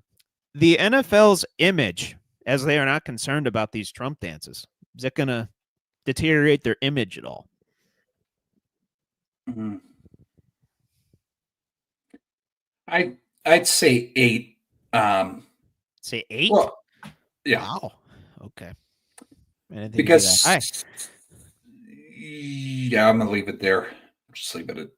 Just gonna leave it at that. They're like promoting the other side of things when they've been kind of on the blue side for the most part. It's a weird time here. Okay. I feel like the statement that popped in my head would come off in a weird, just PlayStation. Okay, no problem. But no, I was gonna say like a 5, maybe like a 4 or 5, and only due to the inconsistency. Am I putting it that high? You know, a lot of people might take it the wrong way, but at the same time, the NFL has a target audience, and now it's expanding globally. I mean, if you want global commerce to work out, Trump did pretty good in that category during his presidency. That's as political as I'll get. We got along with North Korea. That's not evidence enough. Correct. So I just think I'll say 4.5. 4.5. That's where I'll go. I think you're going to see if it continues. You're going to see campaigns on TikTok, and I'll leave it there. Yeah, we're good. Social media is going to do whatever they want. Oh, yes, they will. Yes, they will. Yeah.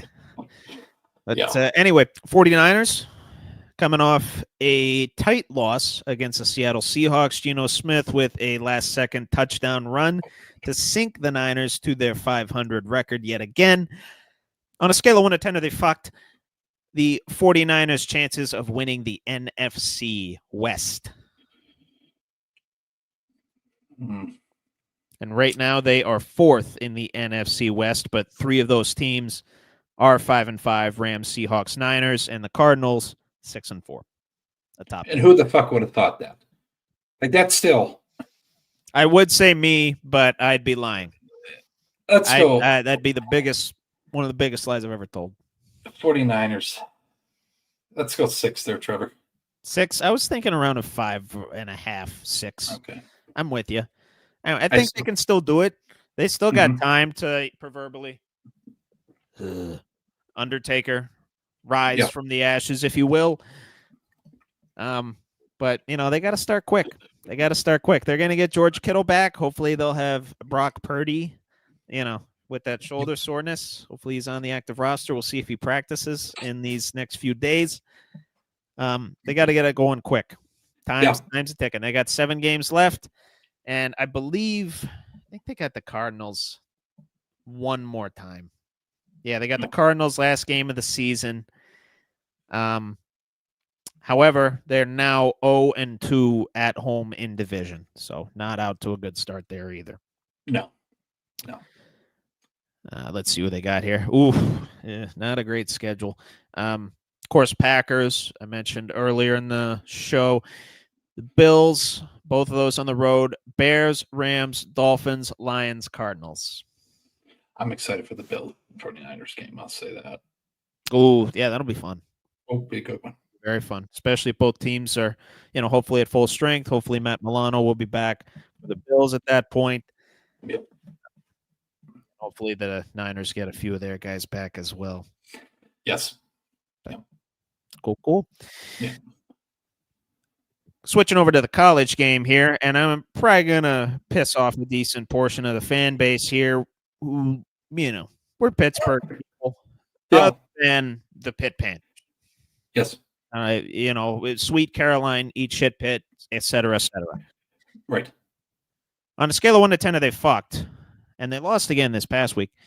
Pitt Panthers' chances of winning a bowl game. They finish out their season at Louisville and at Boston College. And let me check and see who they lost to this past week. I know it was it's actually pretty decent. Oh, yeah, that was right. Yep. Cade Klubnik had that long touchdown run near the end of the game. Watch that. Same. Same. That was on before the Notre Dame and Penn State games. I Yep. was looking for a game to watch. I'm like, okay, this one will probably be somewhat close. And, you know, figure I'm going to be hearing about it at work anyway. I work with a lot of Pitt fans. So, Right. Screw it. I'll watch it. And at the very least, I'll know what I'm talking about. Right. I'd say we're at a 7 there, Trevor. Okay. I'll say 6. Okay. I'll say 6. They got some time to rebound, but I don't know, man. It's not looking good. Never Not believed looking in good. Yeah. No, me neither. And I think they off this week. Let me see the ACC schedule. I think they're off this week. Thank God. Oh no, Louisville's this week. And then straight up Louisville, Boston College to finish out the season. Both on the road. Okay. And I will say Boston College gave SMU a run for their money for a good long time in that game as well. So Bill O'Brien coach team up there. They're disciplined. Respect his efforts, of course. Always will be grateful of Bill O'Brien. Absolutely. So, and if you're a Penn State fan, you fucking better be as well. Just have to say that. Respect his efforts. Respect his efforts. I don't know how much I respect the person. Obviously, I don't know the person too well, but right. Yeah. Yes. So we talked about your NBA team. We'll talk about my NBA team too. Off to an absolutely horrendous start. Now you got teammates throwing each other under the bus. My guy, Maxey, calling Embiid out post-game after their last game. Starting out at 2-11, they're at the basement of the East right now. Mm-hmm. Not good. Averaging just 103 a game, giving up 112. That's not Sixer basketball right there. But granted, Paul George, Embiid, been in and out of the lineup. Yep. And it's driving me nuts, man. Hopefully Nick Nurse gets some semblance of control over this thing. Please. But I'm worried about the process. The process being Joel Embiid. Mm-hmm. And I'm just going to come right out and say it on a scale of 1 to 10. Are they fucked? Joel Embiid's the process's chances of ever winning an NBA championship. Whoa. Deep cut, my friend. You got me in a fucking I get it. I needed to clear the air on the Sixers. I hadn't addressed it the last couple of weeks because they've been fucking horrible. I'm addressing it now. Go ahead. Before I answer, Trevor, let's just honest opinion. Be blunt. I'm gonna be blunt. We're not friends right now, Billy. Just say it. No, I just need to know where he's at. Has a big contract here. Yeah. Maxey calls him out, says he's shown up late to I'm gonna say I don't want to misquote practices or meetings or what have you. Yeah, he's questioning his effort on the floor as well. Okay. In summation, I don't know exactly what he said, but I saw that headline, read a little bit of the article. Is it the staff causing the issue and not, I guess, motivating him, or is it just his own self-motivation? That's my question. That's a good question that I don't really know the answer to. So, again, like we've seen it, and we actually touch on it in debate times a little bit. He, in my opinion, is one of the great big men in the league right now. He does have the supporting cast. Paul George is out, though. Maxey, young head coming after an old head. Is Paul George out again? Is he hurt? Or he's been out. He's been out. Yeah, I was going to say. I thought he was back. But I haven't been following it. But me neither. For obvious reasons, I've been watching more hockey than basketball. But in previous years, he didn't have the support. I mean, we had Harris and all that bullshit and Harden, whatever. They should have re-signed Butler instead of Harris. Correct. So I'd say 7. I think there's still a possibility they just really. How old's Embiid now? 20. He's around our age, I believe. Close to 30, I think. Yeah. And isn't that fucked up to say, Trevor? He's around our age. You know what I mean? Well, yeah. So, what I think. 30 years old. I mean, time's ticking. I mean, they gotta. I mean, not even for him, but for the city. I mean, an organization, just fucking come on. Hasn't been to a conference finals yet. There's been situations that have caused that are. I'm not making any excuses. I'm at a 9. I'm at a 9. Okay. I mean, I Yeah. still believe. I think it could happen. Call it an overreaction. Call it my emotions getting the better of me. Call it whatever the fuck you want. This is embarrassing. You're 2-11. Paul George was supposed to be the signing of the offseason. No, you were supposed to have what, the next big three in Maxey, George, and Embiid. What has that produced? 2 wins. 2 in the first 13 games of the season. And like I said, you got friction in the locker room, which inevitably is going to lead to some tension in the front office to act. It's going to put a lot more burden on Nick Nurse, and it's a snowball. It's a snowball. And right now it's just starting to roll. We're only 13 games. It's just starting to roll. We got to stop this fucking thing right now. We got to get a little discipline in our lives here. We got to reassure ourselves we are the Philadelphia 76ers. We have the roster. We have the ability to win. We got to start winning. And it starts with whoever the next game is. Let's see what their next game is. At Memphis. They're at Memphis. Right. Tomorrow night. They're at Memphis. They got killed by Miami last night. Destroyed. Did see that. Absolutely embarrassing. They even got beat by Orlando the night before by a decent amount, 12 points. Yeah. And then before that, lost to Cleveland and New York. If you want to make the playoffs, you want to be a good team, you got to beat those 2 teams. And I know Cavs are on like a legendary run right now. I get that. But at least show some heart. Show some competitive fire a little bit, will you? Nick Nurse needs to take over the locker room here, Trevor. Maxey. Yeah. I haven't really heard him talk much. Well, that's how bad it is. If one of the quiet leaders on your team is saying shit in the media. Yeah. And who knows? Maybe it was just a snap thing and he just said something that he wasn't supposed to say or didn't mean to say. Hot mic. Yeah. You give him a live mic. Mm-hmm. It's not a good situation. It's not a good. And I know it's early. It still is early. We got plenty of time to recover, but it's got to happen soon. It does.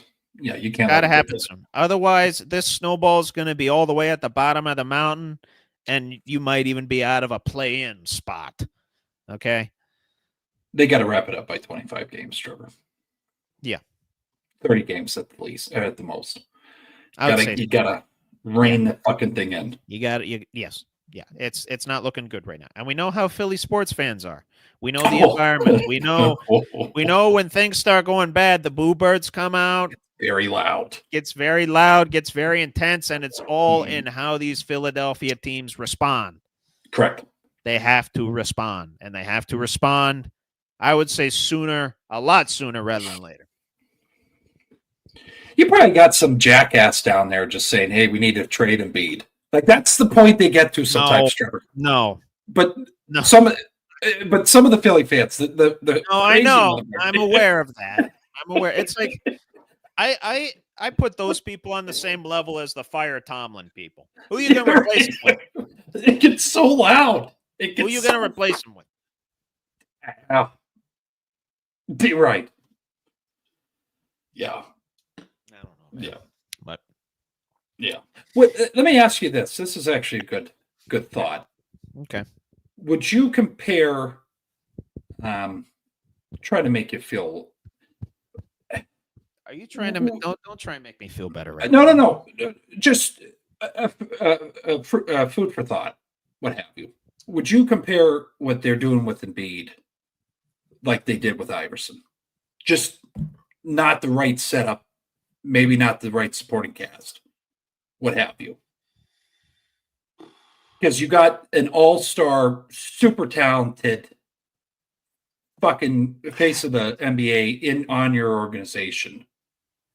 And it's just not. I don't know if it's the support. And yes, like in recent times with Embiid, we haven't had a deep bench. Correct. We have a decently deep one this time around. Right. But right now, in this very moment, it is the egos within that organization that are getting the betterment of success, and it's not good. Okay. Not good. Okay. You just delete a comment? Yeah, we'll talk about it. Okay. It's not appropriate for the time. Okay. But, yeah. I thought I saw something pop up. It would just, we're good. Yeah. Make me more pissed off. I just don't think it's the right time to. Okay. Yeah. Okay. I think we would go. We're good. We're okay. All right. I care about you and your. Yeah, just, no, I'm like, getting off of basketball. This is why I'm not talking about it. It's just that's all right. it just constantly stresses me out. I know I'm the one that brought it up, but still, it's a good thought though. It's you know. No, I had to clear the air. I've been holding that for a couple days now. I don't track it enough. I wish I would have had maybe more concrete opinion on it, but sure, it's okay. It's okay. Anyway, going on to the combat sports here, and yes, we're going to tie in UFC, but first we're going to talk about another WWE topic. We're going to talk about Gunther here real quick. Little intense rivalry going on with him and Priest. Gunther tried to attack Priest backstage at last night's Raw, and Gunther was the one that ended up on the ground. And of course, there's been promos from before, Priest saying that Gunther's lost his aura, if you will. So I figured I'd just get a temperature check for you on Gunther on a scale of 1 to 10. Is his world title reign fucked? Let's go 8. You say 8? Yeah. I trust Gunther. I trust him. I'm at a 5. You love him. Okay. I like Gunther. I do. Does that open the door for more? Yeah, if I can do it in my chair here, I can't do it in my chair. I'm trying to. Yeah. Eating Does it open the door for more challengers? That's just my thought on it. Like, oh, okay. He wants to act like the tough guy, and I don't fucking know what direction they're going to pull Trevor. You never know. Yeah. Well, I think you need to keep the title on him longer. Keep the faces chasing him a little bit. Yeah. But WrestleMania, it's very highly anticipated what's going to occur there. I hope he keeps it till then, and then we have a fucking show. Correct. Yeah. And yes, we discussed this last week, fantasy booking. I would love to see Cena versus Gunther. Yes. Cena getting potentially that 17th world title run. Mm-hmm. Be a hell of a match, old school versus new school. Yep. But the belt just looks good on him. I like to see it. And he's a classic heel, but he's an effective heel. I like the bad guys, Yeah. The natural evolution of a wrestling fan. You get into it when you're young. You like the baby faces. You like the guys you're supposed to like. And then you get older. You get through your teenage years. This is stupid. It's fake. And then you become an adult. And then, I like the bad guys now. Yeah. Yeah. I want to see Randy Orton punt Vince McMahon's head again, Yes. Yeah. In all actuality, I wouldn't mind seeing that. Yeah. Going into the UFC, keep it plain and simple for you here, Billy. And I don't know if you watch UFC at all. Big time. Mm-hmm. Oh yeah, you get the pay-per-views.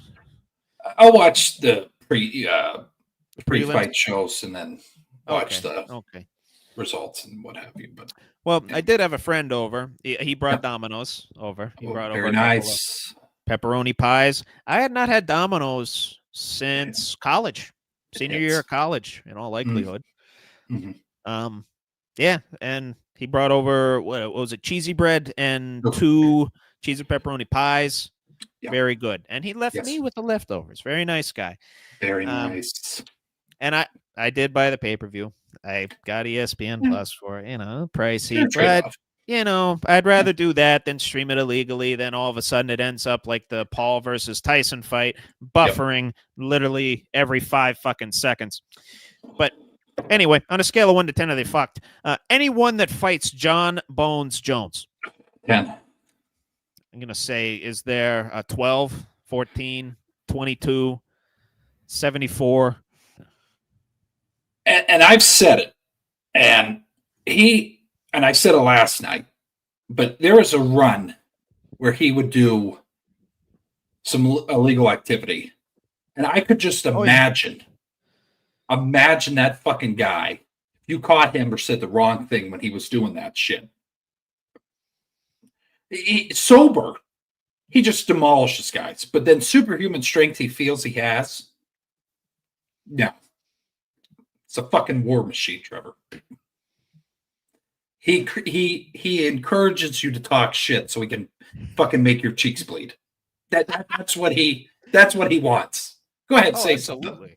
Like how badass of a status is that you have, in your head, anybody that wants to fuck with me, I will trash them. Like that. That's a scary. And he's done it in multiple weight. He's done it in every weight class he's been in too. Yeah. That's what gets me. I think he has maybe 1 or 2 losses. Yeah. Retired heavyweight legend Stipe Miocic. Stipe was 42 at the time of the fight. But I get it, but that's still. Swinging fucking the backhand fucking fist hit. Fuck. Oh, that kick? That kick to the mids. Hey. That almost made my ribs cave in. That was gnarly, my friend. I can't remember what fight, and maybe people can tell us in the comments later on. Yeah. But there's a fight he led with a fucking Superman punch, and just fuck the guy. Just, and it was basically over in 45 seconds. Like, yeah, believe that was when he was in a lower weight class, but yeah, just right off the bat. Yeah. Fuck that. DUN done. He's a beast, man. He's a beast. Thankfully, he won me some money. He did good. He did good. When go ahead. Sorry. Anytime someone brings him up, I look back at, because I've watched a lot of his fights live. Oh yeah, yeah. No, I'm not fucking with him. I love McGregor, but Bone Jones, yeah, he's. Mm-hmm. I don't know if you saw, but Mike Chandler now wants to fight Conor McGregor. And if you saw that Mike Chandler fight, yeah, warrior, he lost, but he's literally about to be tapped out. Lifts up the guy twice, toss him on his back. He didn't get off, and it's whatever. I'll tell a story for the viewers out here real quick, and I don't want to take over your segment, but no, this is the last question of it. So yeah. We were in Buffalo. We were at the club, at one of the nightclubs. Yeah, and these guys, there's like a smoke area. We were out there, was having a nice crisp cigar, and these 3 Irishmen walk over. They're literally dressed like McGregor. It was like, holy shit! The I'm listening. The fucking they're wearing the chains, the chains, the skinny or the tight jeans, looking fresh as fuck. Yeah, like the Gucci shoes or whatever the fuck he wears. Were they wearing that? They just look dressed to the nines. Yeah, yeah, nice. I give them a cigar. We're having a conversation. They come. They say they came down from the city, and we're talking. They're like, "Yeah, we're trying to fight tonight." I'm like, I don't fuck with any Irish, like, no full-blooded Irishman. No. They just. What are you guys doing tonight? We're trying to fight. Holy shit! Okay, all right. I'm just. Where the hell is Sheamus when you need him? It's fight night. I'm good. Irishman McGregor embodies that fucking nutso. Yeah, I'm good. They'll talk shit. A lot of money doing that. Yeah, a lot of money being a nut job. He's an entertaining nut job, though. That's what you get. Southpaw from Ireland. But no, I'd love to watch that fight. That was a good call out. I'd love to see it. Oh, same here. Here. I mean, it's kind of a fantasy match at this point. I don't know if McGregor is going to come out of retirement, but I think that'd be kind of cool. He needs to get off the human growth hormones, but we'll be all right there. Yeah. Sad Trevor. I know. I've seen him. I know. I've seen the photos. Shit. But no, good shit. Good segments. Goddamn. Banger after banger after banger, as always, Billy. Banger, banger, banger, banger, Yeah. banger, banger, banger, banger, banger. They were good. It's good night. Thank you for tuning in to this week's edition on a scale of 1 to 10. Are they fucked? Moving on to debate time. And that is starting all with you, my good man. Yeah, let's do it. All right.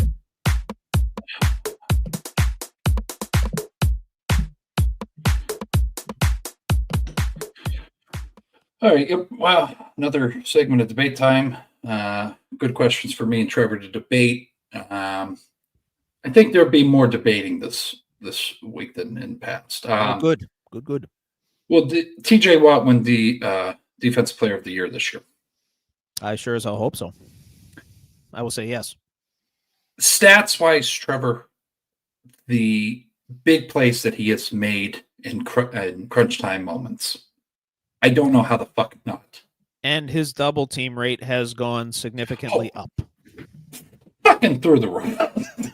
So take that into consideration as well. I don't know who else you might be able to consider. But yeah, I'll let you explain that. I'm actually going to look up odds on that real quick.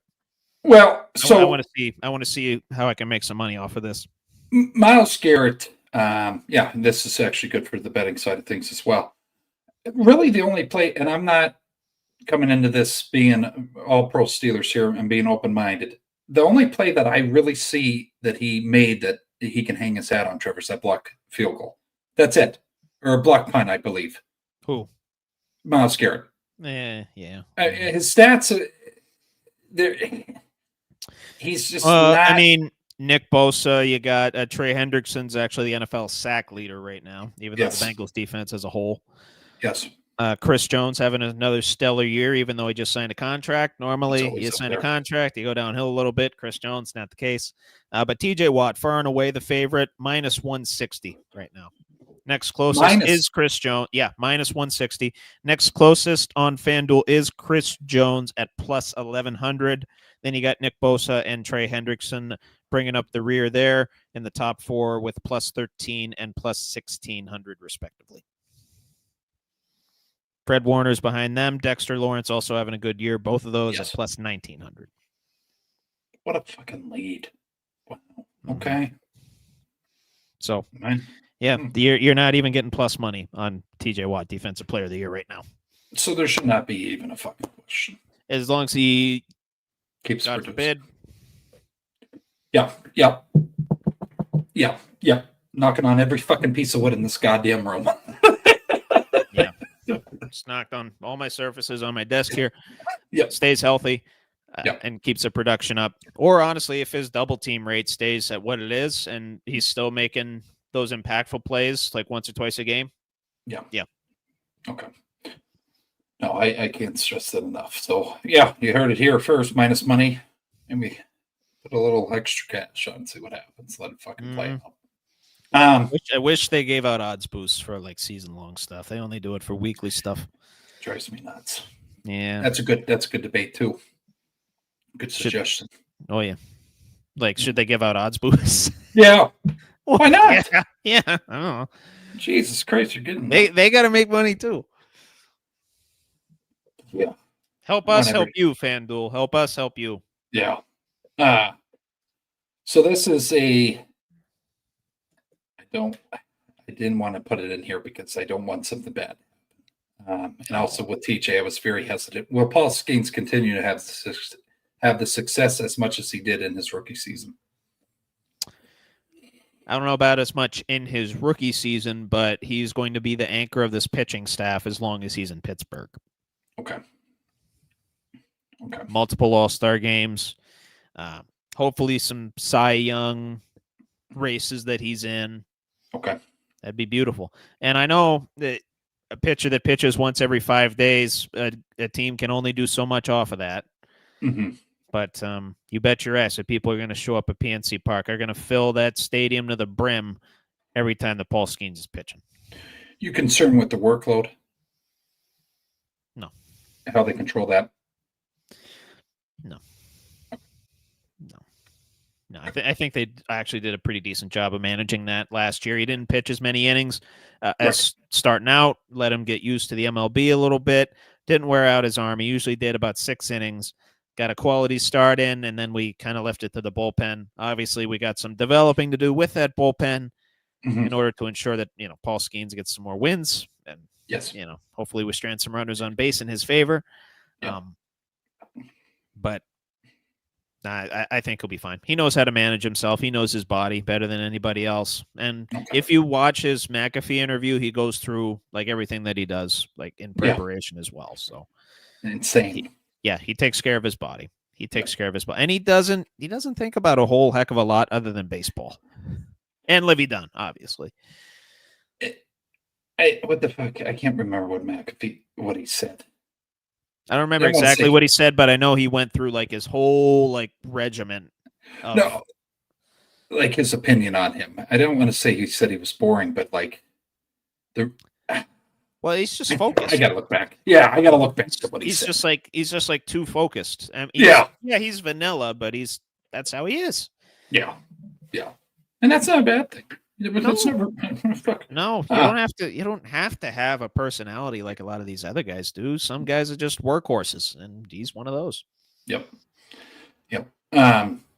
Big question here. We got the food side of things: chocolate milk or white milk that you drink solely by itself, Trevor? What would you by itself? Oh, yes. Okay. I was gonna say this has been a debate in the household here, so I just.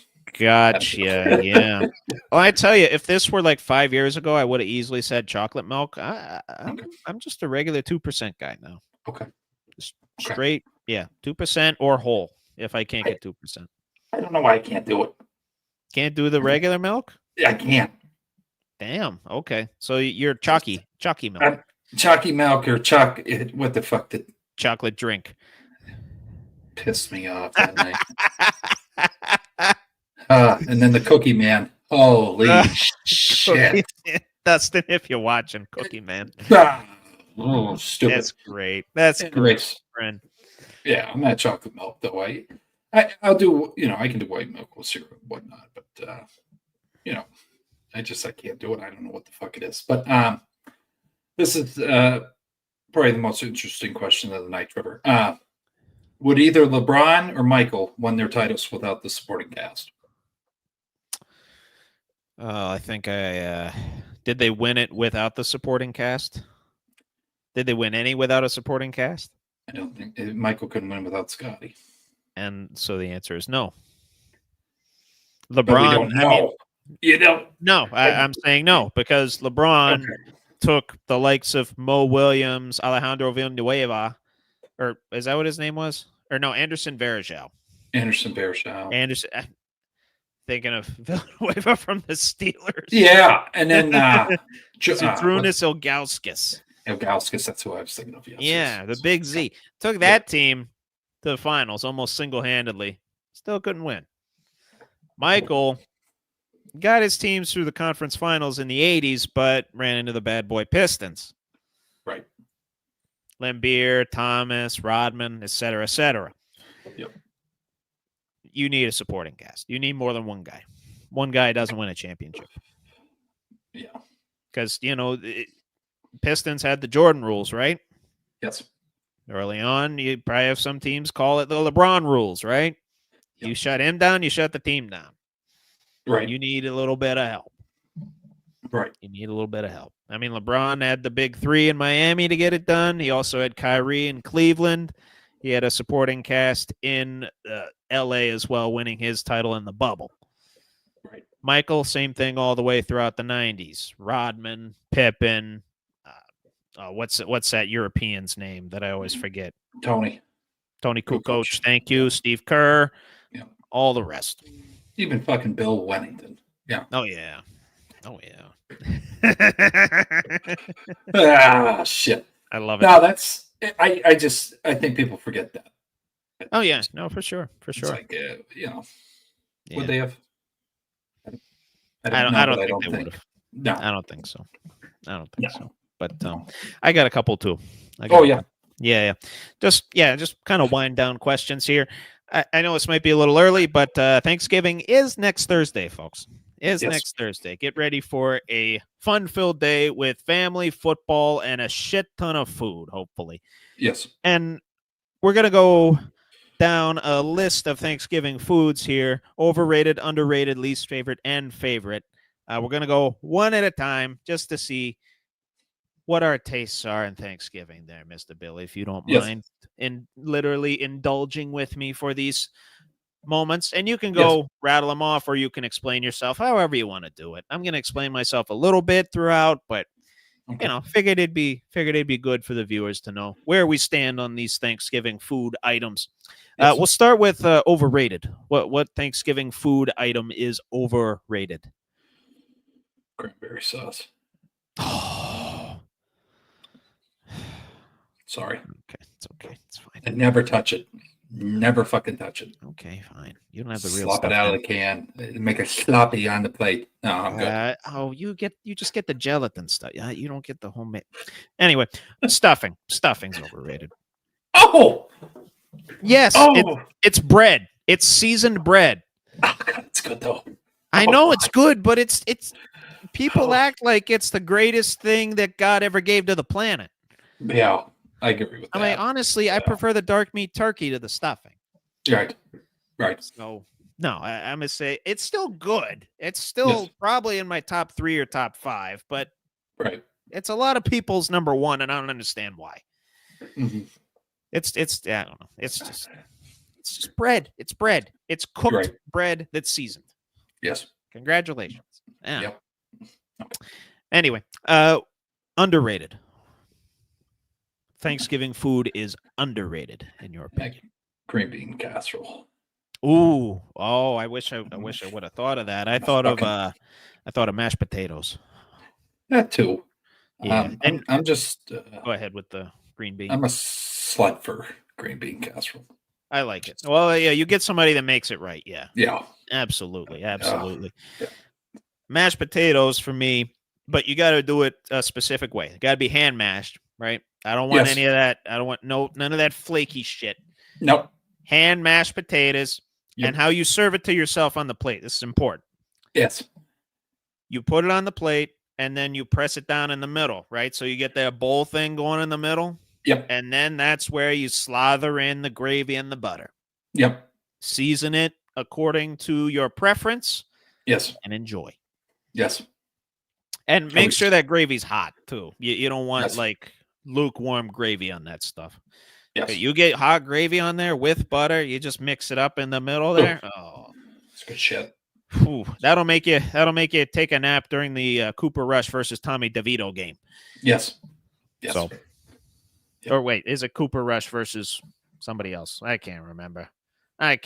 Jack shit, my friend. Let me take a look. Let me think. I'm actually genuinely curious. Let's see. Go to that. Oh, yeah. Okay. Giants, Cowboys. That's what it is. Okay. Oh, that actually lines up perfectly. I usually eat dinner around 4. There we go.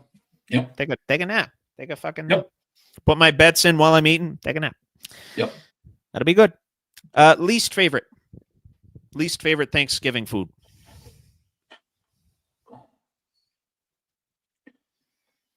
Yeah. You can double up if you want. Cranberry, probably, but yeah, that's probably it. Cranberry? Yeah. I've told you this before. I might have said it on the program as well. Pumpkin pie. I'm not a pumpkin guy. Yeah. Yeah, I don't like pumpkin. Yeah. I'm the sole reason that an apple pie is made on Thanksgiving in my family. Yeah. I have to go with that. I can't think of anything else that I don't grab. You don't do you eat corn? Oh yeah. You eat corn? Okay. Corn. Okay. Well, yeah, I tell you, yeah, you drain it and then you got to warm it up. You gotta warm that shit up. Yep. Yeah. Someone brought this up as well, and this might fit into the overrated category as well, but those dinner rolls. They're just there to like fill you up so whoever's hosting can just keep the leftovers, you know what I mean? Yeah. Like it's just empty calories, but it still stuffs you. I've come on to those Hawaiian ones. I really yeah, the can't. Hawaiian ones. Yeah, you warm them up at all? What after the fact, I do, Good, but I good can't man. do regular rolls now. I crave that You just sweetness gotta with the do butter. Hawaiian. Yeah, okay. It's sad, but It's not yeah. sad. It's Yeah. reasonable. Yeah. It's like being addicted to Texas Roadhouse rolls. It's not, Right. it's just natural. I God, think they put cocaine in those or something. God damn it. Yeah. Oh, the apple butter. Oh, fuck. Oh, yeah. Jesus Yeah. Christ. But cranberry for you. But okay. Yeah. Okay. You're going to be surprised with my favorite answer then. Okay. Favorite Thanksgiving food item. It has to be the fucking turkey. Just a turkey. It has to be turkey. Just a basic bitch over there you are. Yeah. Huh? Turkey. Yeah. Turkey and green bean. I think of that. That's what I think of. Yeah. Okay. I can't eat it any other time of the year. You put the green bean on the turkey at all? No. You dress it up a little bit? You keep them separate? I'm a psychopath with food touching. I don't. Oh, okay. You're one of those, huh? I can't fucking do it. That's why I'm very light with the gravy. If it spills over, if it goes in the turkey, that's fine. But if it goes in the green bean, yeah, no, I got you. Fuck. Well, I tell you what you do. You get one of those, you remember like those styrofoam lunch tray things? Yes. You get one of those, and that's how you serve it. Yep.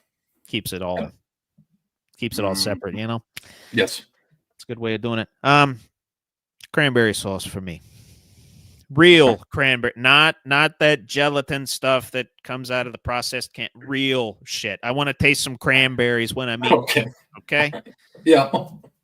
I just don't like cranberry. Even it's a polarizing one. I got it, as is pumpkin pie to an extent, at least in my opinion, it is. But I like cranberry. I don't know. Either people love it or hate it, and I love it.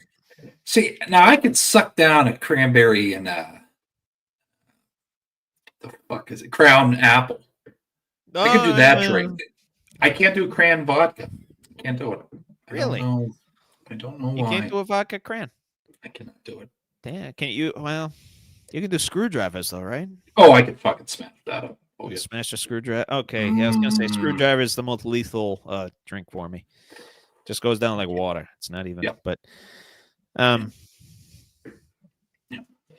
yeah. Favorite Thanksgiving drink then, like a drink of choice, if you will, or like a favorite fall drink. I think we might have been over this already, but just for conversation's sake, why not? What am I drinking on Thanksgiving? Yeah, what are you drinking on Thanksgiving? Are you sticking a beer? You making yourself like an apple teeny or something? I will start the day with a straw lager. Very good. Maybe one or two of those, and then I just crush Jacks. Okay. Jack and Cokes. Yeah. I gotta say, yeah. I don't remember. Keeping it real, huh? Okay. Don't remember the last 3 or 4 years of Thanksgiving. Got you. An idea. Okay. Right. Now I'll mix in some Fireball ciders, my friend. Oh, yeah. I tell you what you do is you warm up the cider, like you warm it up in a mug, and then you stir in the Fireball. That's what you do. Be fucking awesome. Yeah, it's good stuff. Yep. It's good stuff. Goes down like nothing. But one more. We got one more. And this is where I'm going to tug your heartstrings a little bit. I warned you. I warned you. For those that are watching, I warned him. Okay. I warned him. I'm going to, mess with his emotions, mess with his psyche a little bit. Yeah. Buckle up with the boys. Be a man. Question of the week. Gotta fucking put that as a banner. Yeah. We will eventually. Maybe make it a top banner, like up top. I don't know. Yeah. You could do that. Yeah. Would you rather be a girl dad or a boy dad? Whoa. Shit. Oh boy. There's benefits and drawbacks to both, obviously. And we've discussed them at length. I assume a lot of our viewers have as well. I'd be. But you personally, and you can think of what Taylor might say as well. Well, she'll say boys. She likes boys. Yeah. She doesn't. She said she. Yeah. I'd say either or is fine with me. If you gun to your head, pick one. I'd say boy. Boy dad. Yeah. I think it's. I mean, yeah. In this day and age, just to be clear, I'm not like knocking either or here. Being a dad's right. the best thing a man can do. Yeah. Either way. But it's just your preference, I guess. I'd say that, just with today's day and age. Okay. So fair enough. I think it's easier. Fair enough. I joke with my parents. Yeah. I feel like I'm destined to be a girl dad because I'd love to see it. We had a boy dog. I had a brother, and for a long time, my mom was the only woman in the house.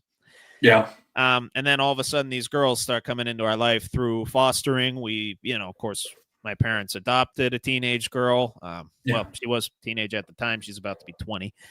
Wow. Oh yeah. Mm-hmm. So I always say to my dad, I always joke with him this. I don't know if you know what this is. 4 horsemen. Yeah. With me, it's going to be the 4 horsewomen because I'm going to have 4 girls. Yeah. As much as I would love that, yes, I do want my boys. I want my boys. That I want to be able to easily get along with somebody with my common interests. You know what I mean? Like video games, sports, WWE, wrestling. I just love to teach them about life. Yeah. And I know, and I'm gonna get a little sentimental here. My father's my best fucking friend. That too. You know what I mean? So to have that father-son bond, and anytime like fathers and sons is brought up in pop culture and film and TV shows or whatever, like at the end of Ted Lasso, I can't not cry at the end of Ted Lasso. Right. Because he reunites with his kid. He's back home in Kansas or whatever it is, and the first thing he does, he hugs his kid that he hasn't seen for like the better part of 3 years. Right. I'm like, God damn. Yeah. And not to mention the song. I forget who it's by, but the song is literally called "Fathers and Sons," and it's just the most touching thing. So, am I glorifying it a little bit? Yeah, I know it's a lot more human and a lot more real than what's depicted on TV, but right. Fathers and sons. That's the dynamic I want. But if I have to raise the 4 horsewomen as well, I'm okay with that. I'll get on board with, as long as they're Steeler fans. I don't really care. Yeah, that's the other fucking Yeah. Or if they're impartial, if they're Steeler fans or impartial, or if they like the Lions or something, that's fine too. It's gonna be tough. Yeah. Yeah. Or if they like the Bills, I think that'd be fun. That's been a topic. I'm aware it's been a topic. I'm aware. And I said, if there's we end up having a chick and a dude, the dude's going to be a goddamn Steelers fan. I don't give a fuck. She can have the Buffalo fan. You can have the Buffalo fan. No, we're going to sit down. We're going to watch the Roonies. We're going to watch all the shit. Yes. Watch all the America's games for the 70s, Oh. For the 2000s. Yeah. Yeah. No, it's I loved football. I want to watch football if it wasn't. And I think it's mutual for you too. Your dad fucking sit down. You think back to Sundays. 100%. Yeah. That's the best memories. 100%. Man. And thank God that we didn't suck then, Trevor. You know what I mean? No, right. Well, even if we did, right. It just makes me value those times a little bit more because I don't get to do it as often. A lot of times, if I'm not going to a game, I'm going to see it with a friend, or I'm going to a bar, or I'm going to a friend's giving, and I'm watching the game with other people. I get to watch it with my dad 2, maybe 3 times a year. It's precious. Oh, very much, very much. Yeah, you're not here long, so enjoy those moments. Goddamn right. Whether it's with your daughter, your son, or your mom, or your father, whoever. Fuck yeah, dude. Good shit. Good episode. Oh, hell yeah, brother. Shit, we're at 2:20. I didn't even know it. Yeah, me neither. I wasn't even looking at the time. It was just nice, conversation flowed. Yeah. So, but good shit. Anything else for tonight, Trevor? Nah, as always, go Lurs, go Lions, Go Irish. Yes. And of course, pray for my 76ers if you are so inclined. Pray for his Lakers if you are so inclined. Yeah. And if not, come back and talk with us next week. We can talk. We can try and convince you to join our side. You know what I'm saying? Yes. No. As always, have a good day. Have a good night. Stay safe out there. God bless. We appreciate you tuning into this episode. We appreciate the new viewership that we've exploded into. Finally figured out how to do tags, so we're getting more viewership. Make sure you do that after this episode too. Yes. Also, I want to give a shout out to everybody that's subscribed. Make sure to comment, subscribe, share. Tell your weird neighbor, your grandma, your weird uncle, whoever the hell enjoys sports, send them our way. We'll take care of them every Tuesday night at 8. All gas, no breaks. We'll see you next Tuesday at 8 o'clock. Take care, everybody. DB and host Trevor Dinsmore. It was a hell of a fucking show. Take care, everybody. God bless. Yep.